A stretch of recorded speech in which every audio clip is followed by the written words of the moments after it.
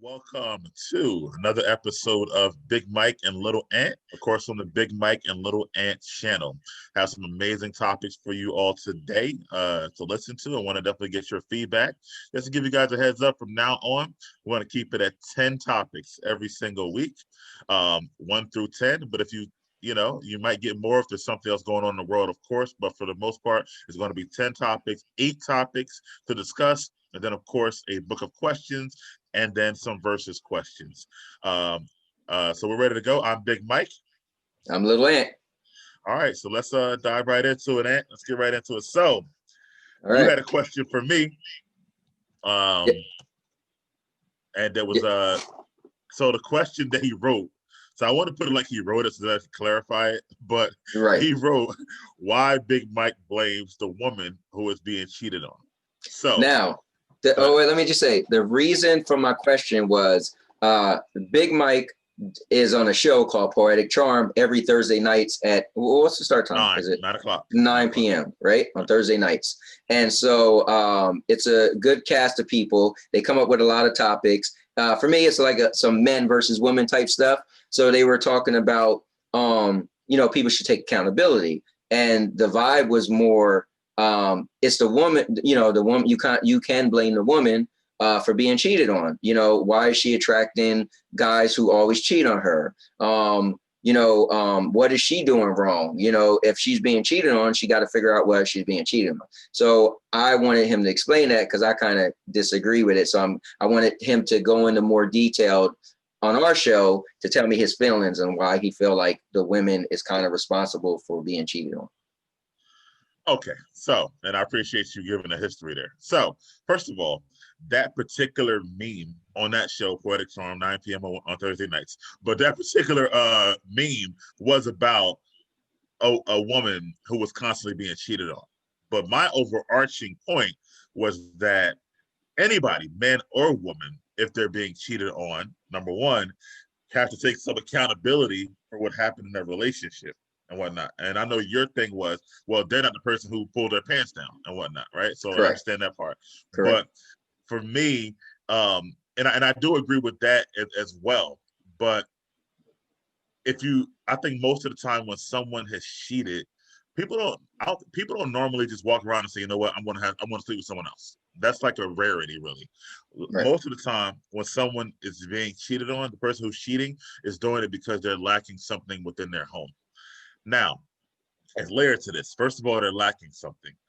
The second part is sometimes, well, not all the time, they have told their person what they're lacking and given them time to try to fix it. Now, not all the time, but trying to fix it, and they just still not doing anything about it. They don't care anymore. And then after that, when someone comes in their life who is, I guess, shows what the person is lacking, that's when you open up the floodgates and things can happen. So ultimately, yes, I kissed this woman, right? Let's just say kissing. I kissed this woman. Right. But, it's like a domino effect, right? I wouldn't have kissed her if I was still happy in the home, if you were doing the thing I was lacking. So at some point down the line, the person who was cheated on has some accountability. That's all I'm saying. Okay, so here's my thing. There's 2 parts to that. One, I do understand and agree that there's a such thing called cause and effect, right? So that was one of my favorite topics in science when I was younger, right? Cause and effect. There's an action and there's a reaction. So I get that. However, I feel like the guy is way more responsible, or the woman, who's ever doing the cheating act, because remember, the word cheating means an action, right? That means you did something. Again, so if we have an agreement, and the agreement is you and I, no one else. And if you cross the lines and have someone else, then you are the cheater. So I don't care what I did, right? I could have cheated on you, right? But that doesn't mean, like, 2 wrongs don't make it right. That doesn't mean in any sense it's okay for you to cheat. Now, we can all understand inside, I see why it happened, but it doesn't constitute you to cheat on someone for whatever reason, because once you cross the line and become the cheater, then you have a 100% accountability, because you actually, again, you have options, right? You cannot cheat. You could say, okay, you're not giving me what I want. before I end up cheating on you, I'm out. Right. And then you go sleep with the person you would have slept with or kissed anyway. Right. So I feel like it's crazy to blame the person or woman, or in the scenarios, a woman. It's crazy to blame. Like, I get like, now here's the thing. You may say, I will justify why I cheated on her, but I'm not blaming. Like, I could justify and take full accountability. Like, listen, blame me. Right. Because I did cheat. However, I'm just saying, if she didn't do that, I wouldn't have been a cheater. But at the end of the day, that doesn't make it her fault. You know what I'm saying? Like, I get it. People will love to be like, well, she should have been doing whatever. But the act of cheating is singular. That's on you. You know what I mean? Like, you can't make me cheat unless you put a gun to my head. And at the end of the day, you know, you still, you know what I'm saying? Like, so I get what you're saying. But at the same time, if you really break it down and define it, like, cheating is an action on oneself. You know what I'm saying? I can't make you cheat. You know, you have to decide. It's a decision, you know. It is, but you kind of broke it down. But because of the cause and effect, and every action elicits a equal or more powerful reaction, right? In science, then it's like you can't say the cheater, quote unquote, is 100% accountable, because to be able to break it down, you got to give some of the slice of that pie to the person. Here's how you cannot, right? To use this term, you did this, so I decided to cheat. If you say it that way, it's like, so I did this and you decided to cheat? Yeah, so then how am I even accountable? Like, you decided to cheat. Like, because if you wouldn't have did this, then I wouldn't have just made that decision. But as grown adults, a decision means you decided, right? So I could have not buy that car. Now I got $215 car payments. I could have decided to fix my car, spend an extra $700. Now I won't have these. So when I'm complaining, right, that I got these car payments, well, you was the one that didn't want to pay the money, right? Now I can't blame the mechanic who originally tried to fix my car and said, dude, I can't figure it out. It's still on me. It's my decision. After the car can't be fixed, it's my decision to either buy a new car, make them car payments, or cough up the money to get it fixed. At the end of the day, the mechanic is not held responsible for my car, you know, from my decision that my car didn't work. So if the girl has a low sex drive, like, it's still my decision to decide and cheat on her, because I could try to work it out and not cheat on her. Well, don't mention that, because that's another topic we got to get to. Gotcha. I wasn't going to go too deep, but.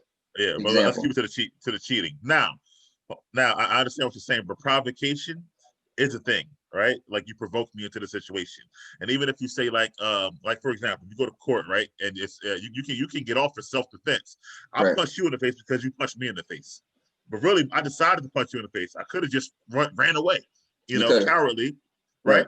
And then I wouldn't have been in court. But because I punched you back, now I got arrested, but I beat it. You know why? Because it was self-defense. Because the judge acknowledges your action caused my reaction. So basically, he's placing half of the blame on you for the whole fight and whatnot. When in your estimation, I should have went to jail because I should have punched him back. Yeah, well, so and some judges, you would be going to jail. You know, you go to a different state, there's no self-defense law. So do that in New Jersey and see what happens. Now you go to Pennsylvania. Right. You know? Right. So, get off. So it's not equal, I guess. But at the end of the day, it's like if you back up and think when you was kids, again, it depends on what parent you had, right? Some parents say, yo, if kid mess with you, you better punch him in the face. Some parents say, like, listen, it's just better to walk away. It's better to tell your teacher. Whatever he does to you, tell your teacher. You don't use that, what he did to you to get revenge. Two wrongs don't make it right. Again, you know what I'm saying? So I feel like you're allowing the people who do bad things to get out of it, so to speak. I mean, I robbed the bank because my kids needed to eat. Really? I mean, he was rioting and burned his store down because somebody got killed. But I feel like I'm against that way of thinking, you know. Now I can take full responsibility and say, like, yeah, I did it, and I could feel comfortable with it. I'm justifying why I did it, but I know I'm wrong. You know what I'm saying? I know listen, I'm gonna be the bigger guy and be like, you know what? I shouldn't have did it, but guess what? I feel good that I did it because you wasn't doing X, Y, and Z. It's not your fault that why I did it. You know, I mean, like, yes, you if you didn't do what you didn't do, the situation wouldn't occur that made me make that decision. But ultimately, it came down to a decision. So if you punch me, if I punch you in the face, he's gonna run away because you're the bigger guy. I don't think it has to be the bigger guy, but I realize there's consequences to it. You know, like for instance, if you punch me in the face, like I listen, here's what's cool. I did martial arts for many years. I think the average person, I think I might know a little bit more than them. I still don't want to fight, you know? At the end of the day, if they punch me in the face, what if I killed a person and then I go to jail? What if what if they shoot me? What if they beat me up? It's so much variables that it's like, you know what? I'd rather just walk away, you know? And now, again, we're human. So again, this is logic versus emotions, right? So if my emotional side get to me, listen, bro, it's going down. But if logically, I'll be like, you know, it's just way too much to lose. And you know what? I could, and I don't have to be the bigger man, but logically, it just makes more sense to just be like, you know what, whatever, you got that one. Like, I don't, you know, the only stitches I have in my whole life is right here, right?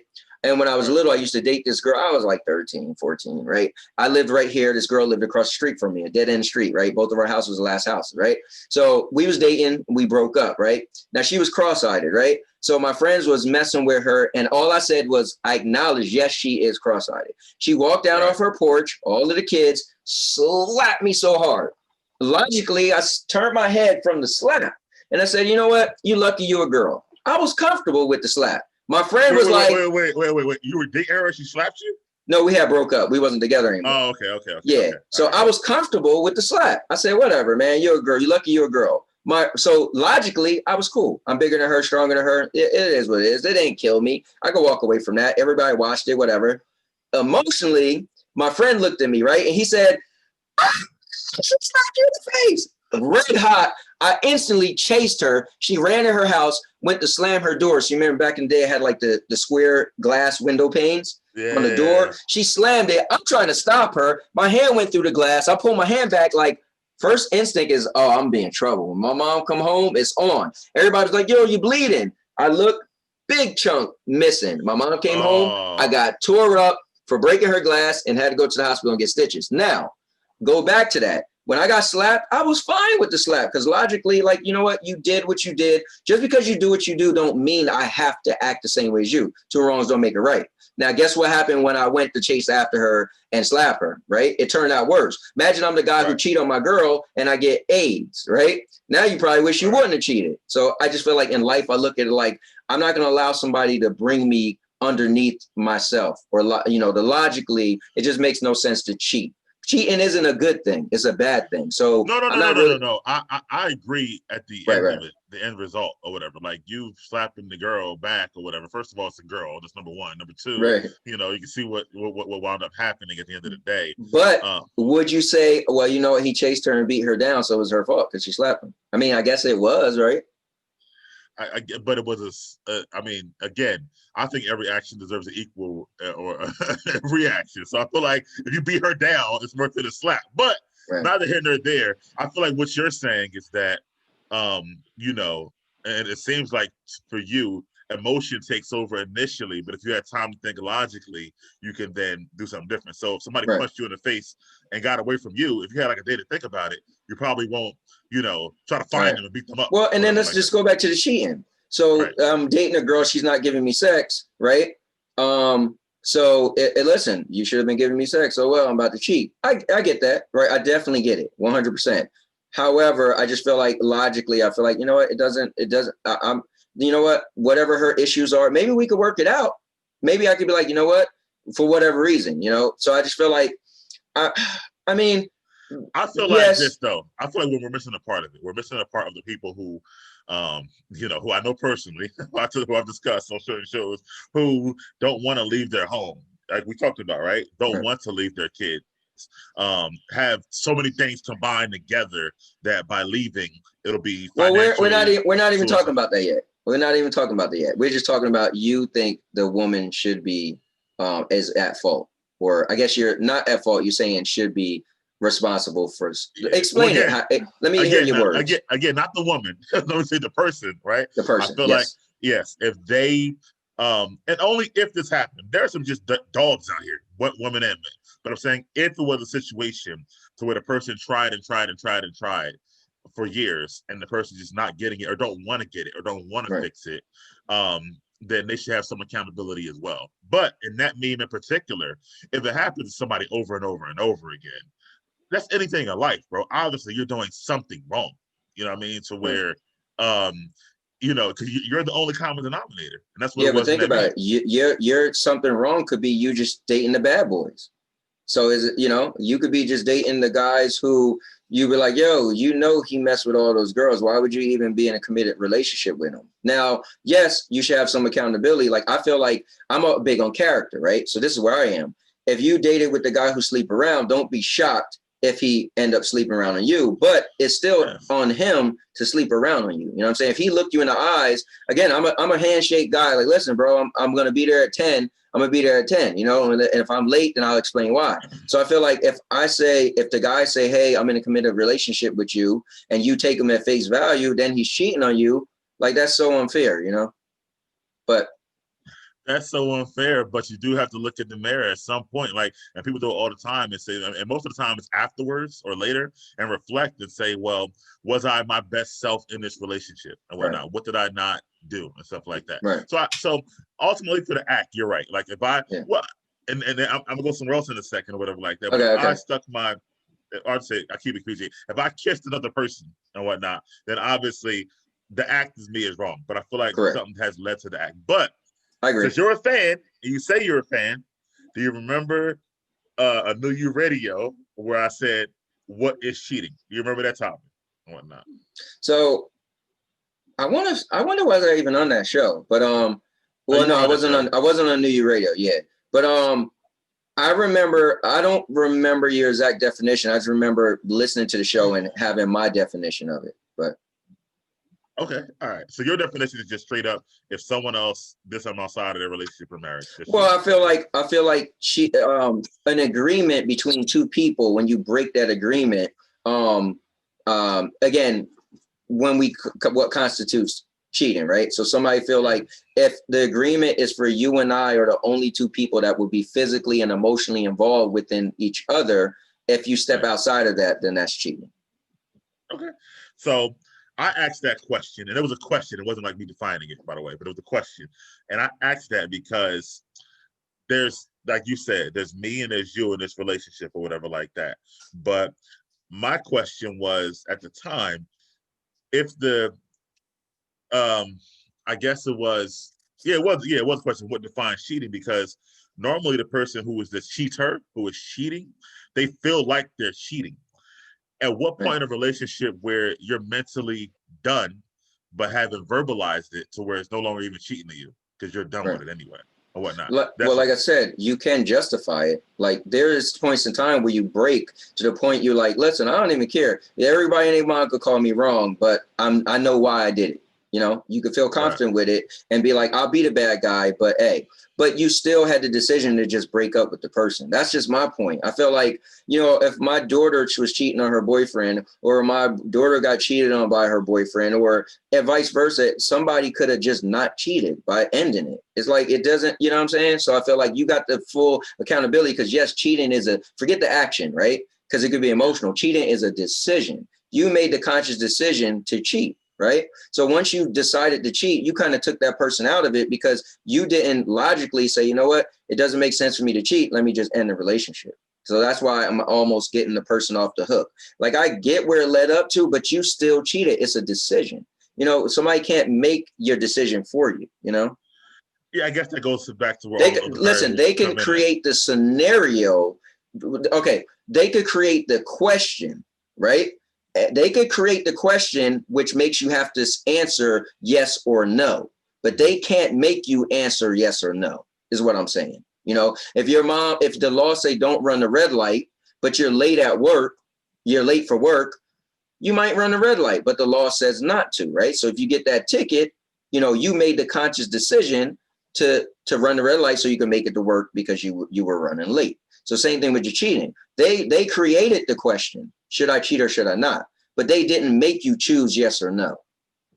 Okay, you know, it's each his own. I guess to me, it always goes back to the point of, you know, to those people who have to feel like they have to stay, but they don't want to stay unhappy. So this is their alternative or whatnot. So yeah, but true. At the end of the day, it's still, I guess, considered cheating. So Interesting topic, but just to let you know, it wasn't about the woman. I was saying anybody. Oh that was just the meme of the show. But anybody, I feel like I've had to do it and whatnot. Look in the mirror and say like, where was I at fault at, and what could I have done better? Right. You know, when a woman cheated on me, you know, I walked into a person in my own bed. You know that story too. Whatnot. So, see, here's my thing. I had times in life where I justified it, right? But I do realize that at any point I could have not did it. You know, at any point I could have said, you know what, this isn't right.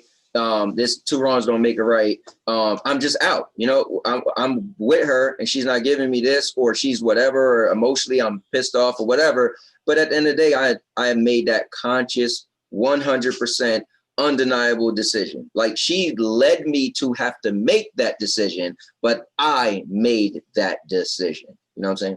Yeah. I've had times in life to where, I mean, it happened to me obviously, but I've also had times in life to where I felt like that. Like, okay, for example, the one time it happened to me in life, I was so young at the time and whatnot, but it was with the girl who I dated. She had went off to college, right? Just to Temple though, which now seems like a hop, skip, and a jump, right? In Philly. So, but at the time, I was fairly young, like maybe like 19 or 20, hadn't even had a, you know, license only for a couple years or whatever. And I felt like that I was terrified. This is, you know, we're from an older school, you and I, right? So we didn't have Google Maps on our phone. So I had to figure out how to get there. I had to, you know, ask somebody for directions, use MapQuest or whatever it was, and print out a paper, hold it with me the whole time or whatever. So, you know, I was a little like intimidated to make that drive, which seemed like so far back then was the hop, skip, and a jump now, right? So when she moved there, she kept saying, come see me, come stay in my dorm with me, come do this and that, blah, blah, blah, this and that. And I was so like, I don't know about this driving situation. I never did it and whatnot. And I was like, well, I'll see you when you come back home for Christmas or blah, blah, blah, this and that. Anyway, eventually she cheated on me with somebody at her college and whatnot. And my thing was, she told me blah, blah, blah, this and that. And she said to me, well, you would never come see me. You never come spend time with me, this and that, blah, blah, blah, this and third. So I kind of had to reflect and say, hey, well, she's kind of right. Like, I never would take that drive and whatnot, even though she was my woman and stuff like that. So for me, I took self-accountability and why she did what she did, because I got to look at all the factors. I'm leaving her in a college with lots of horny college guys, and I won't go see her. So that's where I looked at it. You know what I mean? Now, I'm gonna play devil's advocate. I once told you that I won't go on a trip, right? A guy's trip overnight. My wife and I got married, decided we won't leave each other, right? Now, you was like, well, why?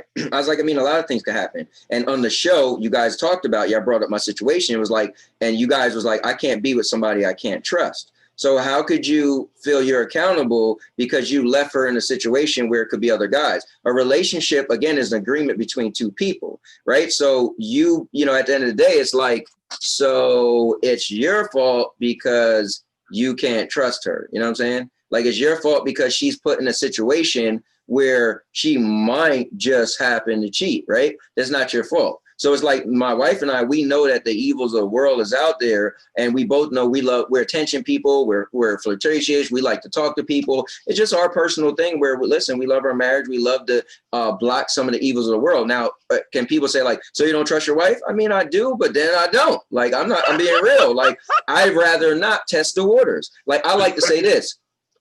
When things only happen because you walk through that door, right? It's called space and opportunity. You could only cheat if you have space and opportunity. Now, because I'm kind of agreeing with you. Now that space and opportunity got created because of the other person put you in that situation. You didn't want to go see her. You allowed her to be like, my boyfriend ain't like he's just gonna show up. He don't come see me anyway.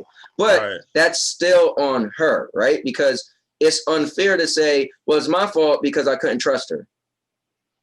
No, it's, you know what I'm saying? But so I take full accountability with me and my wife. I'm married, I'm happily married. But listen, the world is the world. Anything could happen, you know? So at the end of the day, but she still will be wrong, 100%. And I would be too. Like, I'm not resolving them of their own, you know, their own indiscretions, you know? That's not my fault, that's their fault. Now, even if my wife cheated on me and I decide I'm gonna cheat on her, I didn't have to do that. She created the question. but I made the answer. That's just the way I look at it. Let me ask you this. Let me take it further then. Right. Because I mean, I know you're not absolving them, right? But because if you did play a role in it that you can acknowledge, would that make it easier to forgive them in any way? Oh yeah, 100%. Yeah, definitely. Yeah. So again, we're just talking about, and I think we both agree. We agree that the act or you say act, I say decision of cheating, same difference, is on that person. However, listen, if you didn't, again, I like to say this to my kids. I come from a small town called Don't Start No Won't Be None. So if my daughter just hauled off and slapped some dude, he punched you in your face, listen, that's on you. Now, it might go against what I'm saying, but I feel like you still open that door. Now, he didn't have to, right? He could have said, you know what, I'm not going to punch this girl in the face because she slapped me. But at the end of the day, you both have your own faults on your own decisions, right? You're at fault because, you created an environment that would give him the option to give him the situation to make the yes or no, same thing with cheating, So, but I feel like I'm responsible for my decision. You're responsible for creating the question. But it's two different things. It's to be fair, because I could at any time also say no. You know what I mean? But to answer my question, it would be easier to take the person back if you had a role in there. Yeah, definitely. Yeah, definitely. I could be like, listen, I understand how I created the situation, which puts you in a hard. Again, we're human, so let's take out the logic, right? We're human, so guys would like to say we always use logic, not 100%. Not 100%. So we're human. So if you still throw in the human side of it, not to just, it's an empty cup and it's a full cup. No, sometimes the cup is half full, right? So we add some emotions into it. I understand I was a really bad boyfriend. I understand, I wasn't going to see you. So I totally could see how put in that situation, you made the choice to say, okay, I'm gonna cheat on you, and maybe I'll take them back, But they're still at fault, for making that decision. But if I decide because I feel bad, because it's like I said, the justification. It's the guy who's like, I know I'm wrong, but oh well, I'm satisfied with what I did. It's like I like to say, you do the crime, do the time. The people at the bank, I can't blame them because I robbed them. But listen, I needed the money for my kids, so when I got arrested, I'm comfortable. I'm still not gonna say it's the bank teller's fault that she handed over the money when I had the gun. Yeah, that'd be so silly. But you might have somebody in the bank or somebody who work or whatever, when they find out your story, be like, man, you were poor, you were starving, your kids were starving. I understand. So what you're saying is that even though you were at fault, somebody might still be like, I understand what you had to do. I get what you're saying. I mean, because we are emotional too. We gotta have that human side. We're human. We're not robots. We just can't be like, nope.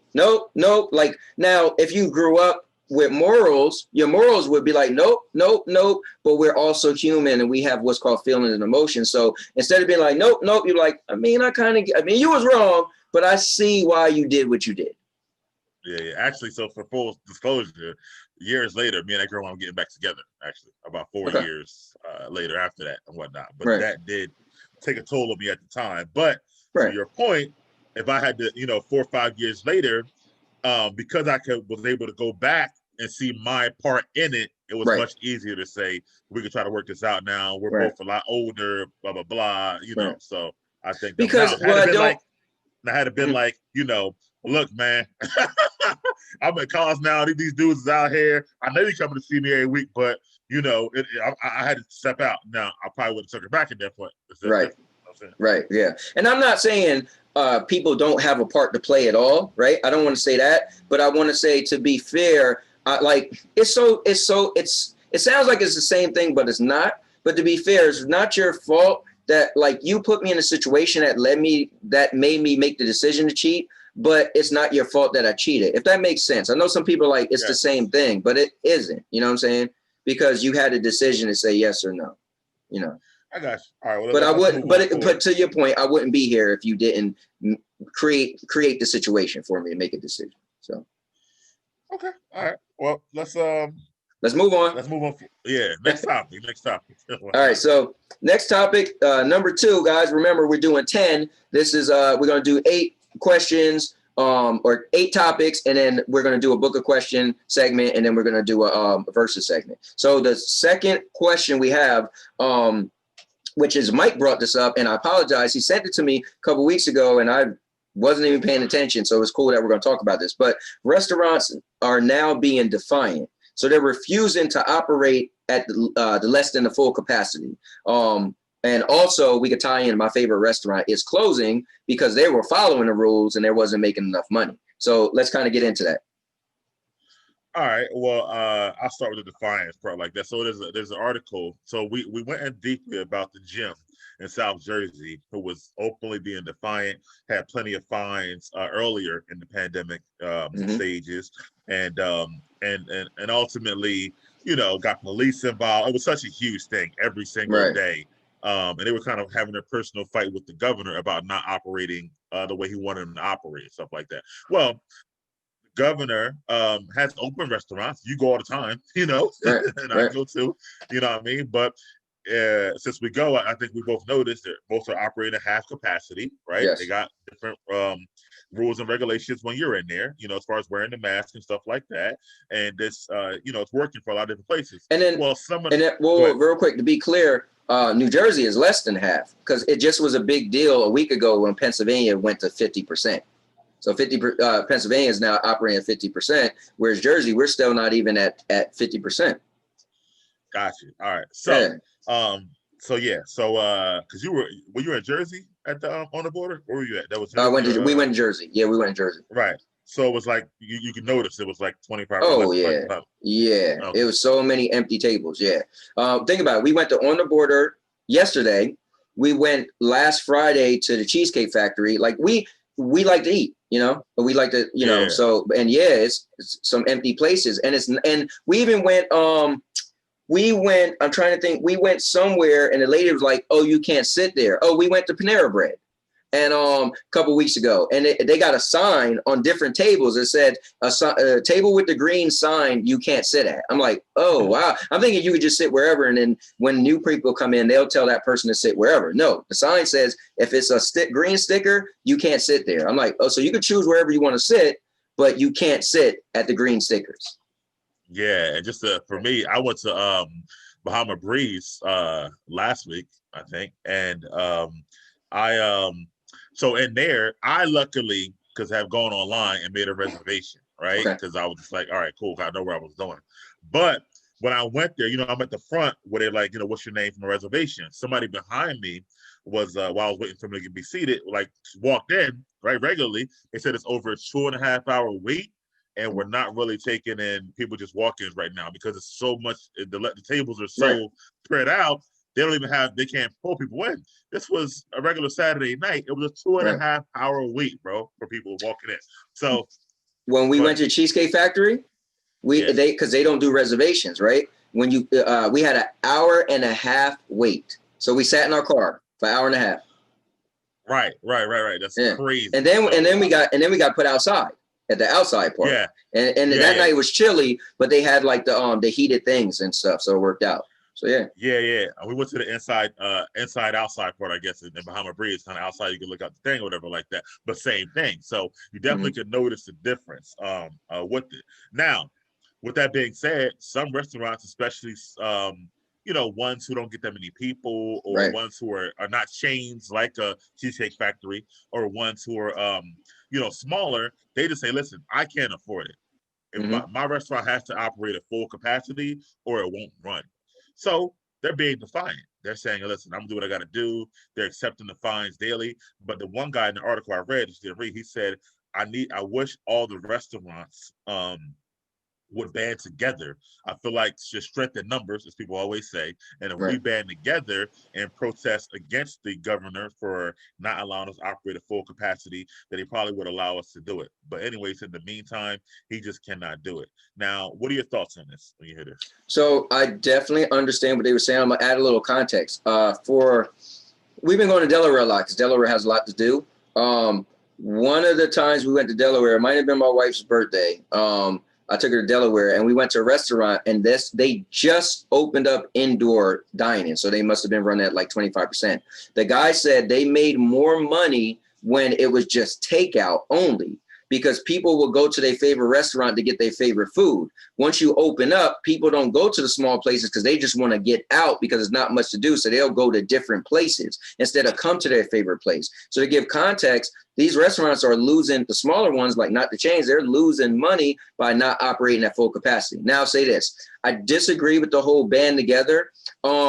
If they band together and do 100%, everybody's getting in trouble. First of all, nowhere is at 100%, right? So we're not just going to, the governor is not going to be like, well, let's just let the restaurants do 100%. The gym ain't at 100%. The movies wasn't, like, nowhere. Like Walmart, no, there's not one entity that's running at 100%, right? So unless you're working from home. So that wasn't going to work. But I get where they was going with it. Maybe if we all band together, but no, y'all always just going to get in trouble. And then you would have the weaker people would have broke anyway and be like, okay, I can't do this anymore. These couple fines are hitting hard and I don't want to get jail time, as we've seen with the gym owner. He actually went to jail for the day, right? So, and again, you only see no gyms with them ever. It was only them the whole time or whatever. Right, yeah.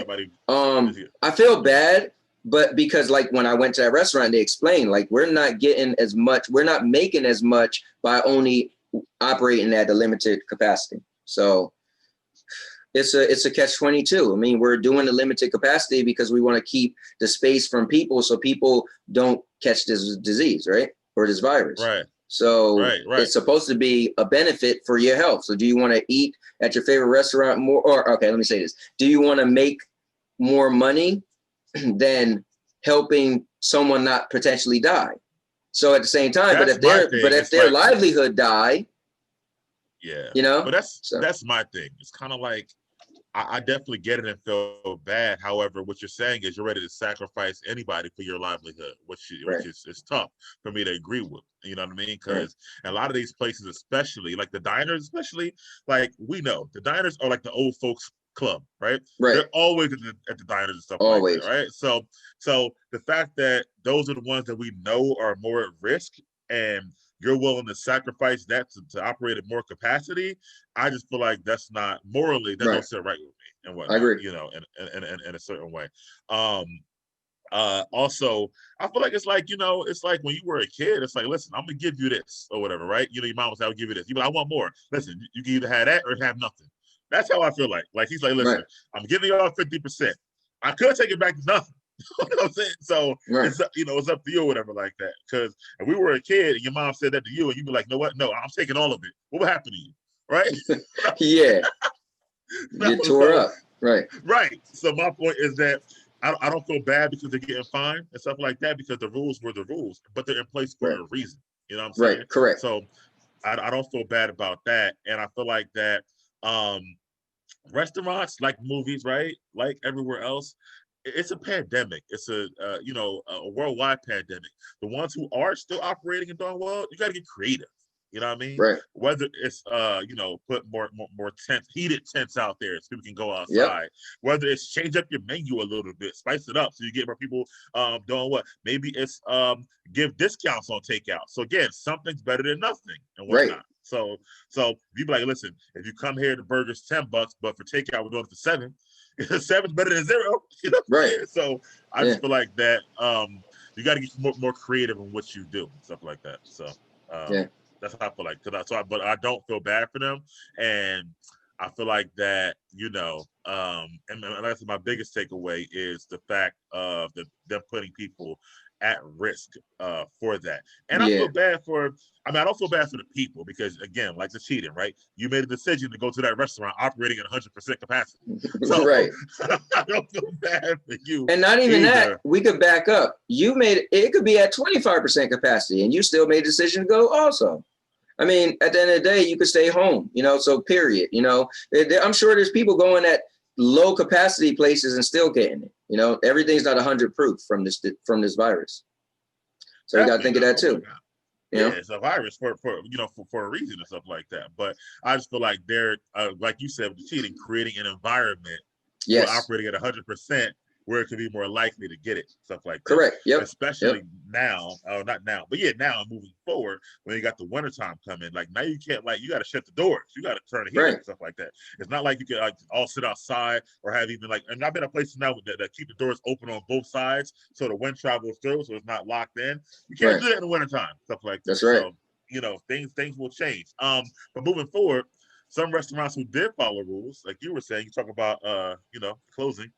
Yeah, so my favorite restaurant above, like my favorite, like this is literally my favorite restaurant I went to, got to be 30 times to one restaurant, maybe more, right? And I drive all the way to Atlantic City to go there, right? It's called Budokan. And you and I went because I talked it up. And you said, yo, I want to check it out, which was cool. Yeah, my wife my wife's mom sent her the article that said since March, they've been losing more and more money because they're an upscale restaurant and they're kind of like a niche restaurant. They're the restaurant where you don't go all the time, right? But they get so many people that comes, like I won't go every day, but there's a lot of people going every day, but not the same people, so to speak. They're in Atlantic City. Well, first of all, Atlantic City was shut down, right? So they're not making money because of that. Number two, you know, with the lack of, when this stuff start opening up, the lack of people coming in to say, hey, let me go to the restaurant. And then they eat. And then number three, they're being at only 25% capacity. The amount of money that, like, for instance, if I just want a meal, I'm not going to go there just to get a meal if I'm just kind of a little bit hungry. That's the place I go to, you know, oh man, we're going to go to Budokan, right? So unfortunately, the Budokan in Atlantic City, because there's three of them, one in New York, one in Atlantic City, one in Philadelphia. Unfortunately, they said that they will be closing indefinitely, the one in Atlantic City. Now, I haven't yet found out if the Budokan in New York and Pennsylvania is going to be open, because I did go to one in Pennsylvania. I checked it out. They're open. Oh, cool. Yeah. Thanks. So listen, as much as I don't like Philly, as much as the last time I went to Budokan in Philly, my wife's car got towed. Listen, I got to go to my favorite restaurant, and you know, this is a way to kind of still have it open. But my preference is the one in Atlantic City, because I feel like for whatever reason, maybe, I don't know, I feel like it's a little better for some reason. Number one, I don't like Philly, but food-wise, for some reason, when I very first went to Atlantic City, it was amazing. Then I went to the one in Philly, the taste was different, and I told myself I didn't want to go there again. And then I went there maybe 2 other times after that. So, and the last time I went was right. So, but you can tell the difference in the food quality. Like, I mean, that very first time was such a noticeable difference, because Budokan was new to me, and I was like, oh my God, these spices, whatever, is amazing. And then I went there, it wasn't the same. I mean, it could have been, maybe I didn't order the same sauce, because you remember, we asked them for the sauce, had to mix it and stuff. Maybe the lack of attention was, maybe they didn't do that for me that time I went, because we went, my wife and I went last year or 2 years ago to the one in Philly, and it wasn't bad. Like, we was like, you know what? All right. So maybe it was just to cook that night. It could have been. It could have been. But that literally made me say nope, because it was such a contrast. It was such a difference. But but yeah, that's one of the saddest things to know, is that my favorite restaurant, not like, I mean, I like this and that. No, this is like my favorite restaurant, and this is it's such a big difference from my next restaurant. You know, it's above. You know, but the fun in hindsight, Philly is like an hour closer. I mean, like it took us like maybe an hour and 20 minutes to go to Atlantic City. In Philly, it'd take me like 25 minutes. So yeah. Hindsight, you know, but yeah, about the parking, all that stuff in Philly, whatever. Yeah, well, you know what? I said this to her the other day. I mean, at the end of the day, we still pay for parking in Atlantic City. It just felt like it was just an easier shot. You just parked in the same Caesars that owns Budokan. You just parked in their parking lot, right? So there you go. Right. Philly, they were like, all right, we're gonna have to pick one. Either we're gonna park on the street and pay for parking, which last time didn't work for my wife, but or we're just gonna, you know what, let's pay extra and get in the garage and then walk to it. So yeah, it's the only difference, I guess. But you told me that I was sad too. I guess like I got lucky. I got to experience it when the AC before it goes down. So. And I feel cool because you came with me. You know, you could have went on your own, but yeah, we got to do it together, man. It's cool. Yeah. So I can't say, I've been to Budokan and Atlantic City and stuff like that. I guess because, like they were saying, even when the casinos open, you know, at one point, it opened such a small capacity, and people who were going were probably more diehard gamblers than going to Budokan. They were, listen, I'm gonna go because I love to gamble, so I'm not going to the restaurant, stuff like that. So you add that on top of got to be at less capacity in the restaurant already, and then like you said, what when they said before about the winter season coming too, which also already low for them, it just didn't make sense or whatever. So that kind of sucks and whatnot, but. Yeah, big time. Other places, Ruby Tuesdays, who's been a chain I've been to, I don't know, a lot of times too. They also close and whatnot, or are closing. Yes. All the Ruby Tuesdays? All the Ruby Tuesdays, bro. Listen, here's my thing with Ruby Tuesdays, right? The first time in my life I had tilapia was at Ruby Tuesdays, and I became a tilapia fan. So tilapia, Ruby Tuesdays have a special meaning for me because they have two versions of, or they have the Louisiana tilapia. So like with Cajun sauce, but yeah, they open tilapia up for me, you know, so I always have like a special thing because now I'm a tilapia fan. Yeah. Wow. Yeah. I look at tilapia too. Yeah, them too. So yes, what I'm saying, it's just going downhill, man. So it's like crazy how, you know, it's having an effect on so many different things, and it's like some things like are able to maintain, but some things we're just losing, like Budokan AC or Ruby Tuesday stuff like that. Right. Kind of sucks a little bit, you know, what that means. And I'm sure it's other people's favorite restaurant who are not huge chains that are closing too. You know, that we you got to think a lot of mom and pop places went under. And that could have been somebody's favorite. My favorite restaurant is the restaurant around the corner that people don't know about. You know, the locals go there all the time, so they're able to stay afloat. Yeah. So that kind of sucks. But moving on forward, man. Topic 3 on 3 people. And this came from this never-ending video, I want to say, but about the couple, Avon and Kadeem, their names are, and I'm gonna give a short synopsis. But basically, they have a podcast together, and she was just saying, and he was saying, he asked her a question: why did you force me to be monogamous if you weren't going to be able to keep up with me sexually, let's say, and whatnot? And we're not gonna get into the whole forced monogamy part, right. But basically, she said, you know, that she didn't know that she would have to keep up sexually. She also had, you know, 3 kids over the time period. And then she feels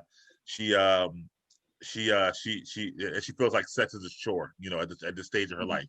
And after each child, her sex drive went lower. And she said 26-year-old Kadeem didn't know how I would be a 36-year-old Kadeem, right? Which you can't predict the future, obviously, and whatnot. In that particular regard. So, with that being said, he obviously brought back up some old stuff from the past, but it stems from this whole sexual situation. He does feel some type of way about it. It's not like he's just like, all right, it's cool, or whatever like that. So, the question is, what would you do if your partner sex drive had a low sex drive? What would you do? Right. So here's what's cool is I lived that situation, right? Okay. My just be all transparent, you know, there's stuff I'll talk about, there's stuff I won't, right? I won't get too personal, but my ex-wife, she was her sex drive was very different than mine, right? Now one could be like, well, why'd you even marry her? I guess, you know, things was better, you know, I didn't notice it as much, but then it was also the whole, but, you know, when a woman turns 30, their sex drive get higher. You know, she was younger than that, thought like, okay, well, when we get married, it might be on. So anyway, all transparency, we're married, you know, and it's just not going that way. It's not going my way anyway. And the cool part was she was a submissive person. So if I said, yo, let's do it, she would. But I'm not about pity sex. I don't, that bothers me. Like, again, when people ask me what makes one woman better than the next sexually, and my number one answer is initiation. If you don't have to ask for something, it's just great. You know, I don't have to tell my kids to do their homework. You're a great student. You know, I don't, you know, like, let's just be clear. So, for me, if that situation happened, and it kind of did, you know, you could try as much as you can, right? You could bring it up as much as you can. That person's going to start to resent it. And even if they do it, right, whenever you bring it up, for me, a big deal is initiation. So they're only doing it, again, as a chore, right? So me personally, my marriage lasted less than 2 years. I was married for a little under 2 years. I couldn't take it, and I divorced her. So me personally, A lot of people will come up with creative solutions. Like you guys was on the show. Got to give a shout out to Poetic Charm. You guys got to definitely check it out. We got a Poetic Charm playlist. So make sure you click on the playlist. You'll be able to see the episode. But also real quick, you check on the playlist. You'll be able to see me and Big Mike go to Budokan, my favorite restaurant. It's in the playlist. Yep.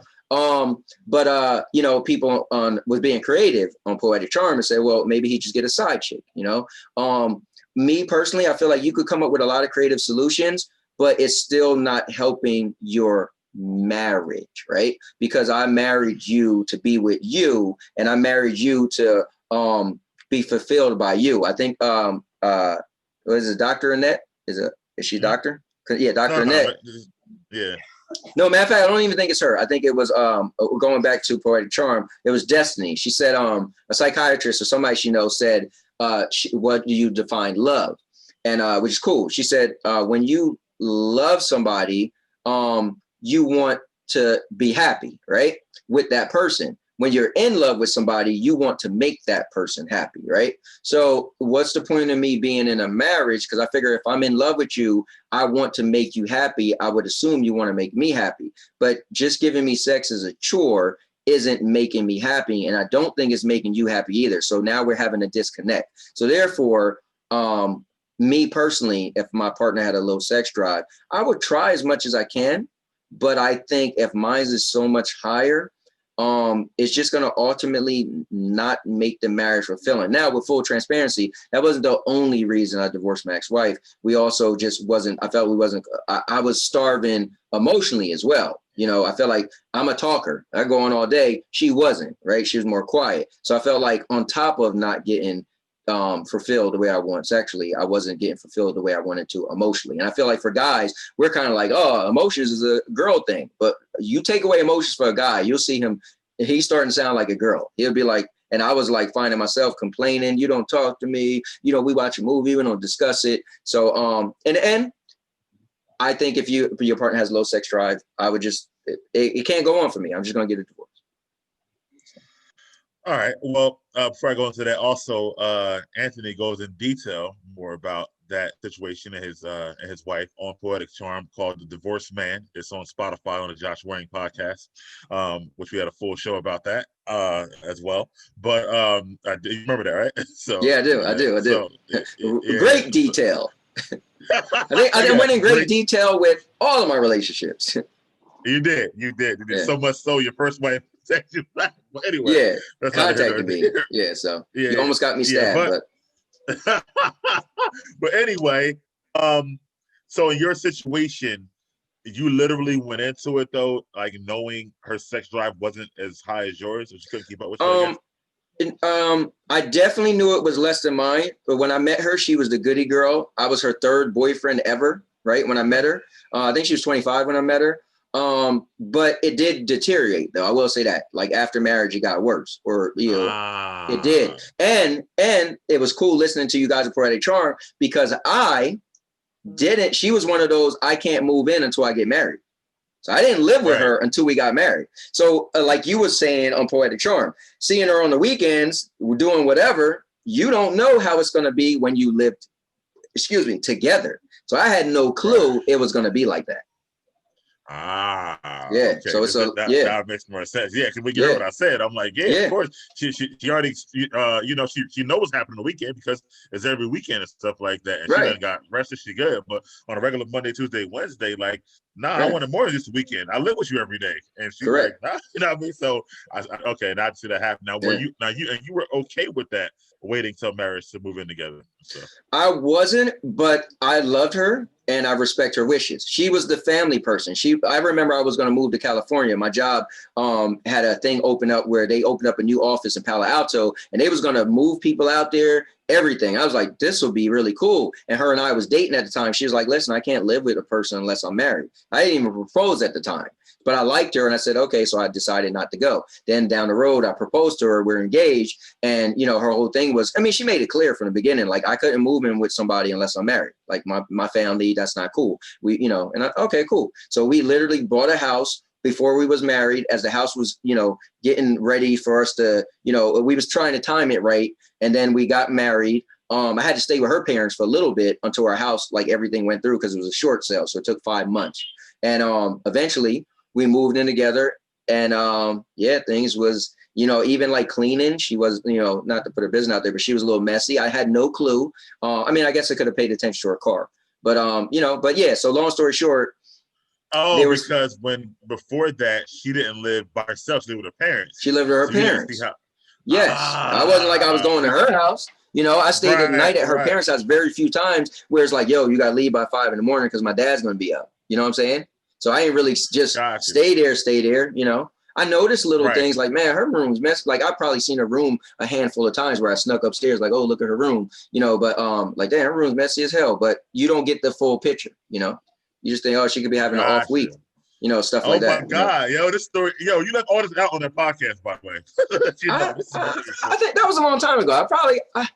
Maybe, I don't know. I would have thought I would have brought it up. No, because those are like very important details, actually, in your whole courtship to marriage, actually, and whatnot. Yeah. But that's why I agree with somebody you should live together. I just agree with that wholeheartedly. You know, I get traditionally people think you shouldn't, but it's a really good way to make sure you avoid certain issues before marriage. Yeah, and you get to see a person that we'll get later on about in certain different lights or whatever like that. Just a little preview for you guys, but you get to see just the cleaning, like you said, for example, and whatnot, or things like that. Like, you never know if you don't live with them, especially if you're not going to their house every weekend and stuff like that. You know what I mean? So that's interesting. All right, for me, you know, I gave 5 different examples. I'll give the same thing, different solutions. I'll do the same thing here and whatnot. And the last one would be her allowing him to get a side chick or whatever. But that can be a solution for some couples. But I also said maybe she needs to see her doctor, or if not, change her doctor, see a specialist if it is really something internally with her sex drive, especially if it's constantly going down. Maybe her hormonal is imbalanced, and she needs something to get the balance back up. There could be things like that. I said that maybe, you know, as part of it, she acknowledged is the fact that she's overwhelmed with the kids and doing whatever she has to do. Is he can either hire more help if he has enough money, and it seems like that they do in their situation. But if he doesn't, then try to do what he can do to help her more. Maybe get a family member to help. Maybe he could be more involved. Maybe he could take the kids. Maybe she just needs a little bit of time off and say, you know what, why don't you take the weekend? I got a room for you. Be by yourself. I'll handle the kids in this particular regard. And maybe that'll help her or whatever, or do more, you know, and also maybe if she's missing romantic gestures that will help her and stuff like that. So also do that. I said that get more help, hire more help, see a doctor. I said what else did I say? You watched the show, did you? And then I said on his behalf that I don't know. Those are my favorite too. See a doctor and help her because of the fact that she says she's overwhelmed, which is part of the whole sex drive going down. And also, hold on, one thing I'll say is communicate. You know, so instead of like lashing out the way he's doing, try to have more communication and more. What can I do to help your sex drive increase? But I think the thing is, you're saying, so all of what you're saying is what would be resolutions to help her either A, get her sex drive back, or you to be more comfortable knowing she has a low sex drive. I think what we're saying is her sex drive isn't coming back, so what would you do? I think that's kind of more the question, right? Oh, okay. Well, yeah. Okay, so that wasn't the question, but if that's the question, if it's just not coming back and we know it's not. Yeah. Let's just make sure. I want to make sure. Number 3 was if your partner has a low sex drive, what should you do? Right. So to me, that's thinking what solutions can I have? But if you want to just change it to, if we know at this point we know it's not coming. Well, back. that's why my ultimate answer was. I thought that's where it kind of was. My ultimate answer was I'll just have to get a divorce because there's nothing I can do. Divorce. Nothing I could do at that point. You know, especially if I know mine is good. However, the other part would be if you know, I guess that goes back to how important is the sex to me and whatnot. Right. To each his own. Yes. Right. So if I know I'm getting it sometimes, and even though she's not very happy about it, but I love everything else about this person. You know what I mean? Like I always say, man, that balance is hard to get and stuff like that. And then it's like, what's more important to you? I could be with the girl who's having sex every other day, but I can't even have conversations with her. It's like after we have sex, you got to leave because I can't talk to you. So again, it's like, how important is it to me at that point? And it's I like, think, if you go ahead. No, I was gonna say, I think the hindsight of it that we don't see is we might not even have our sexual drive once we get a little older, right? So you get rid of the girl when you're younger, right? That everything was on point, but yeah, she didn't like to do it all the time. Maybe she would have did it whenever you want, but it does feel like a chore, but she still would have did it. And then you get, I don't know, in your 50s, 55, whatever, and you're like, I'm not even that crazy over it. But now you miss out on the other side that you lost. So who knows? That's my point. It's like divorcing her could be playing Russian roulette because you're like, Right. I hope I find a person as good as her in all other capacities, but as also having more sex I like and whatnot. Right. And sometimes that's very, very hard. And like you said, you might get older and say, man, I miss my best friend. Right. I miss the person I can go out to eat with, hang out with, play video games with, whatever it is whatever it is that you like, right? And they value that as the equal. Yeah. Yeah. So I think it's definitely age is important. I think if you're in the 20s, you're more likely to pay that Russian roulette, or even like early 30s, like you were with your ex. But also you had other issues too, by the way, besides the sex and whatnot. Right. Correct. But I think if you're that did play a huge role. Huge role. Of course. Massive. Of course. But if you were your age now, knowing that you'll be in your 50s in 10 years, it might change up the thought process a little bit. True. Yeah. True. Because she is willing, just not as much as you, and she, wants to take it as a chore. But in 15 years, you'll be 60. You know what I mean? It's like right. And not for nothing, with full transparency, I'll be 50 in 6 years, so not 10. Right. No, but exactly. So I was thinking that even at 10 or whatever, you'll be 54 or whatever it is. Something like that. Right. At that point, I mean, of course, you're still gonna want sex, but how important is it at that point? Yep. So, you're right. I mean? Now you be getting freaking much as you guys like, you'll be getting senior citizen discounts at the restaurants. You always be there. Like, right. That's you. That's how. Right. So, but ultimately, like I said, the best and overall solution, so you don't cheat, so you're not having constant conversations about it, so you don't belittle them on a regular basis because of their lack of sex. You say, you know what, this is not for us. Let's just divorce. Now let me just put the sweetener in the sweetener in the iced tea real quick. So what's cool is there's somebody for everybody. So a few years later, my ex-wife got remarried and had a child. I couldn't even have kids because I got a vasectomy, right? So in the end, she found somebody who was able to match her where she wanted to. So that's why I feel like sometimes people we can't get divorced for all these reasons, but you might be holding that person up from finding their right person anyway. And look where I am. I'm super happy. So imagine if I stayed with her just because we were married and I missed out on what I have now. So yeah. I'm with you. That's another story for another podcast and part of the other old podcast.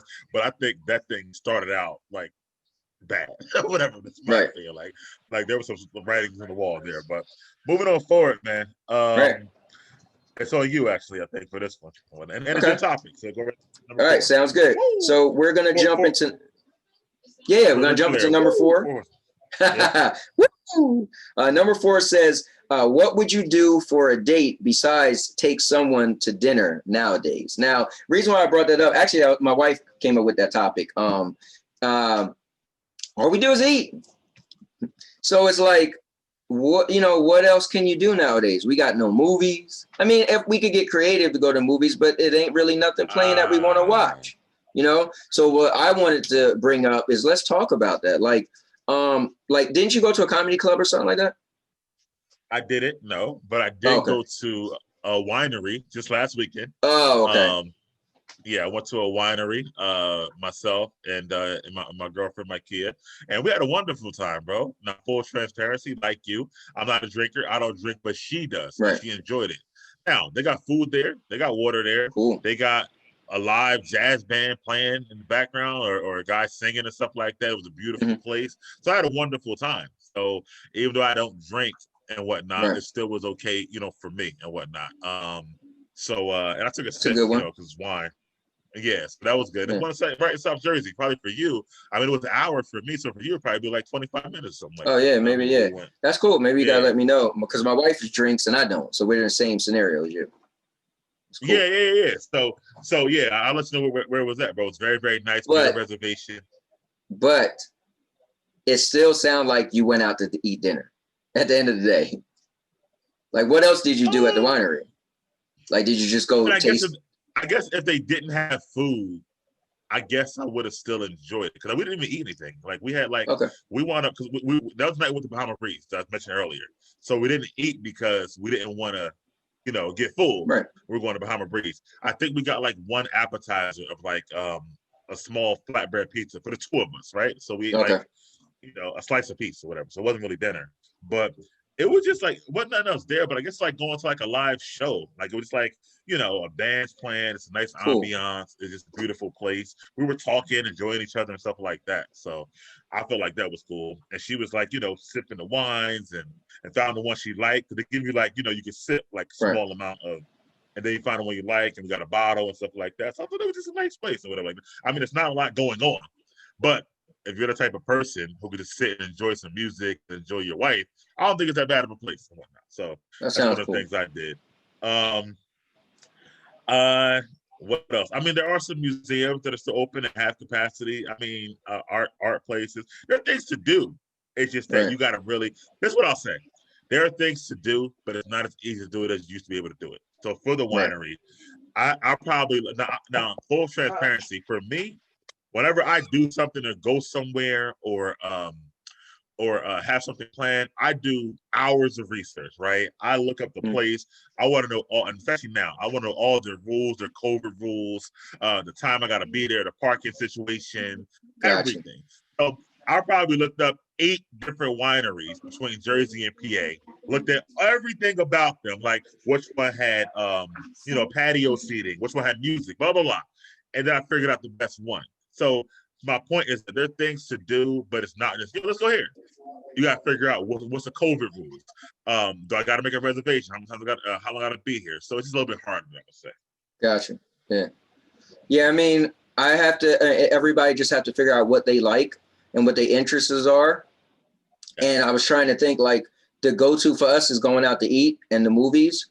So you kind of take both of those out of the equation. So we were kind of like, man, what do we do if we didn't just go eat something? And well, what did you do besides that before? Besides the movies.